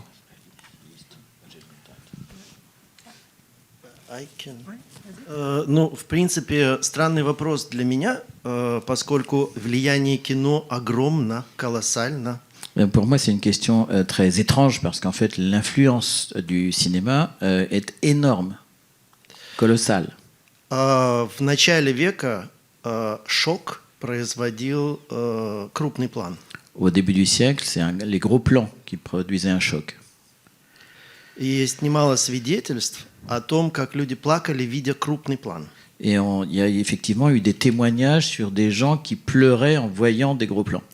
Потому что резать тело – это буквальный акт. Parce que couper un corps pour faire un gros plan, c'est un acte То есть littéral. тело начали резать – это 19 век. Et on a commencé à couper les corps au 19e siècle. Один из первых эскизов, который был выставлен как отдельное полотно, это «Головы в корзине» Жирико. Un des premiers moments où on a justement montré un corps pas dans sa complétude, c'est un tableau de Géricault. Тело начали резать импрессионисты. C'est les impressionnistes qui se sont mis à couper les corps. То есть часть тела. C'est-à-dire qu'ils n'ont montré qu'une partie des corps. Ренуар, Тулус-Лаутрек. То есть такая композиция. Toulouse-Lautrec, И так далее. c'était une composition. И я к чему иду? К тому, что сейчас для нас это никакой не шок. Ce que je veux dire par là, c'est qu'aujourd'hui, c'est plus du tout un choc pour qui que ce soit. Это нормально. Монтаж – это нормальный способ описания друг другу ситуации какой-то. Le montage est aussi une possibilité qui nous est offerte aujourd'hui pour s'expliquer mutuellement à quelque chose. Люди меняются изображениями. Это кино, влияние кино. Les gens s'échangent des images par influence du cinéma. Все изучают, как там скомпонировать, как там провести панораму и так далее. Tout le monde aujourd'hui se dit tiens, je devrais faire un travelling comme ci, je devrais faire ça comme ça, etc. Et c'est le cinéma qui les y a amenés. Новости работают с нами. Нам показывают в определенной последовательности то, что хотят вложить нам в голову. Les nouvelles aussi, enfin les journaux du soir fonctionnent de cette manière-là parce qu'ils montent les images dans l'ordre dans lequel ils veulent qu'elles influent sur nous. Вы знаете, этот no comment на европейском Евровидении. Vous savez sur le comment ça s'appelle Eurovision, c'est pas l'Eurovision, c'est une chaîne européenne en tout cas qui disait no comment. Euronews. No comment. Это пришло из документального кино. Ce no comment vient du cinéma documentaire. Это камера верите. C'est la caméra vérité. Которая пришла, стала частью разговора новостей с нами. Et qui est devenu le mode de discussion des journaux du soir avec nous. То есть то, что разрабатывает кино, современное кино, это язык. Язык визуальной коммуникации. Ce que développe le cinéma, c'est un langage de communication visuelle. Этот язык эксплуатируют очень мощно все политики всех стран. Tous les politiciens du monde entier exploitent ces langages-là. Посмотрите, что было на ваших экранах в начале пандемии. Regardez un peu tout ce qu'on vous a montré sur vos écrans au tout début de la pandémie. Монтаж гробов, значит, пустых улиц и людей в масках. On vous montrait des images montées de cercueils, de rues désertes et de gens masqués. На всех каналах. Et ça marchait sur toutes les chaînes. Как это ни странно, началось все это в Италии, в Бергамо. Aussi bizarre que ça paraît, ça a commencé en Italie, à Bergame. Кто-то читал Камю, «Чума». Quelqu'un a dû lire La peste de Camus. Там все началось в Бергамо. Parce que c'est aussi à Bergame que ça a débuté. Очень образованные люди с нами беседуют. Donc ça veut dire que c'est des gens intelligents qui discutent avec nous. Просто к разговору о том, насколько влияет кино, драматургия, театр на нашу жизнь. Et donc c'est pour ça que je reviens sur le fait qu'effectivement le cinéma a une influence très forte sur nos vies. Очень Le théâtre мощное aussi. влияние. Устраивают нам публичные шоу при помощи вот постоянно идущего фильма, который называется «Современная политика». Et on nous montre effectivement aujourd'hui des shows publics qu'on pourrait qualifier de politique contemporaine, С целью склонить вас к определенным действиям. pour vous inciter à agir tel qu'ils le souhaitent. Так что если вы меня спросите, насколько влияет кино, мощно влияет и очень подробно изучается. Et si vous me posez la question à moi, je vous dis que le cinéma a une influence énorme et c'est étudié de manière extrêmement détaillée. И все эти люди, которые этим занимаются, приезжают на Каннский фестиваль, Et tous ces gens qui s'occupent de ça viennent au Festival de Cannes потому что знают, что там достижение современного кинематографа. parce que c'est là qu'est l'apogée du cinéma contemporain. Et la question, c'était aussi est-ce qu'un de leurs films avait eu, est-ce qu'ils avaient observé un impact ou un effet, peut-être Alice, je sais pas, sur un de tes travaux Alors, moi, j'ai une anecdote très concrète, parce que, après, j'en ai beaucoup, mais une anecdote très concrète, c'était donc la permanence que j'ai terminée il y a peut-être 10 ou 15 ans, je ne sais plus trop. Il faisait l'ouverture de ce qu'on appelle le mois du documentaire dans une ville, Évreux, qui était en train de basculer à l'extrême droite. Et en fait, le maire de la ville était obligé de venir pour cet événement qui a lieu dans toutes les bibliothèques. Je crois que c'est une diffusion des films documentaires au sein de médiathèques. Donc c'est un événement qui a lieu dans toutes les villes de France. Donc le maire d'Évreux, cette ville-là, donc je ne sais pas si c'était l'extrême droite, mais c'était vraiment une droite presque apparentée à l'extrême droite, a fait un discours d'introduction, non pas pour mon film, mais du mois du documentaire dans la ville, en disant, voilà, j'ai pas vu votre film, mais la question n'est pas on ne peut pas accueillir la misère du monde, etc., etc. Et je serais ravie de débattre avec vous à l'issue de la projection, parce que les films sont un espace et je pense que votre film vous permet un débat. Je ne suis pas tout à fait d'accord. Je suppose que je ne serai pas d'accord avec vous, mais je serais ravie d'en parler après. Et donc le film passe. Et en fait, la petite victoire et la petite joie que j'ai constatée, c'est qu'il n'y a pas eu de débat après le film. En fait, le film les a non pas désarmés, mais quasiment désarmés. Ouais. En tout cas, le film les a fait taire. C'est-à-dire qu'il n'y avait pas dans le film de possibilité de répondre oui ou non, est-ce qu'on peut accueillir ou pas la misère du monde face au regard et à l'implacabilité de la présence de ces hommes. Il y avait quelque chose dans le film qui venait déjouer en fait un attendu d'un débat qu'ils pensaient pouvoir avoir comme sur un plateau télévision. Et là vraiment je me suis dit que le pouvoir de la mise en scène n'était pas forcément de changer le monde, n'était pas forcément de faire de faire venir progressiste quelqu'un qui serait gouverné par ces idées-là, mais au moins le fait de le faire taire temporairement, c'était déjà une victoire qui était pas des mondes. Voilà.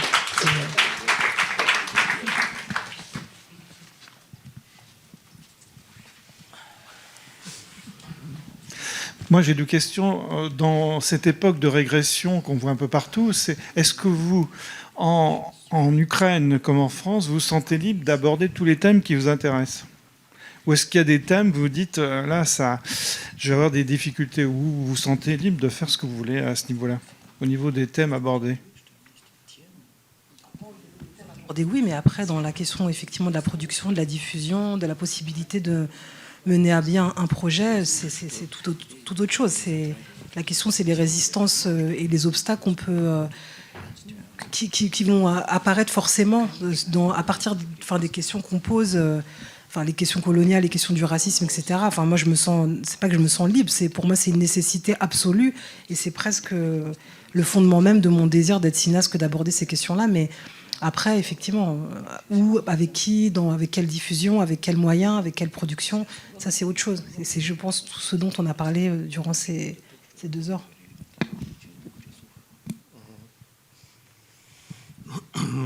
Что значит сложно затрагивать темы в Украине?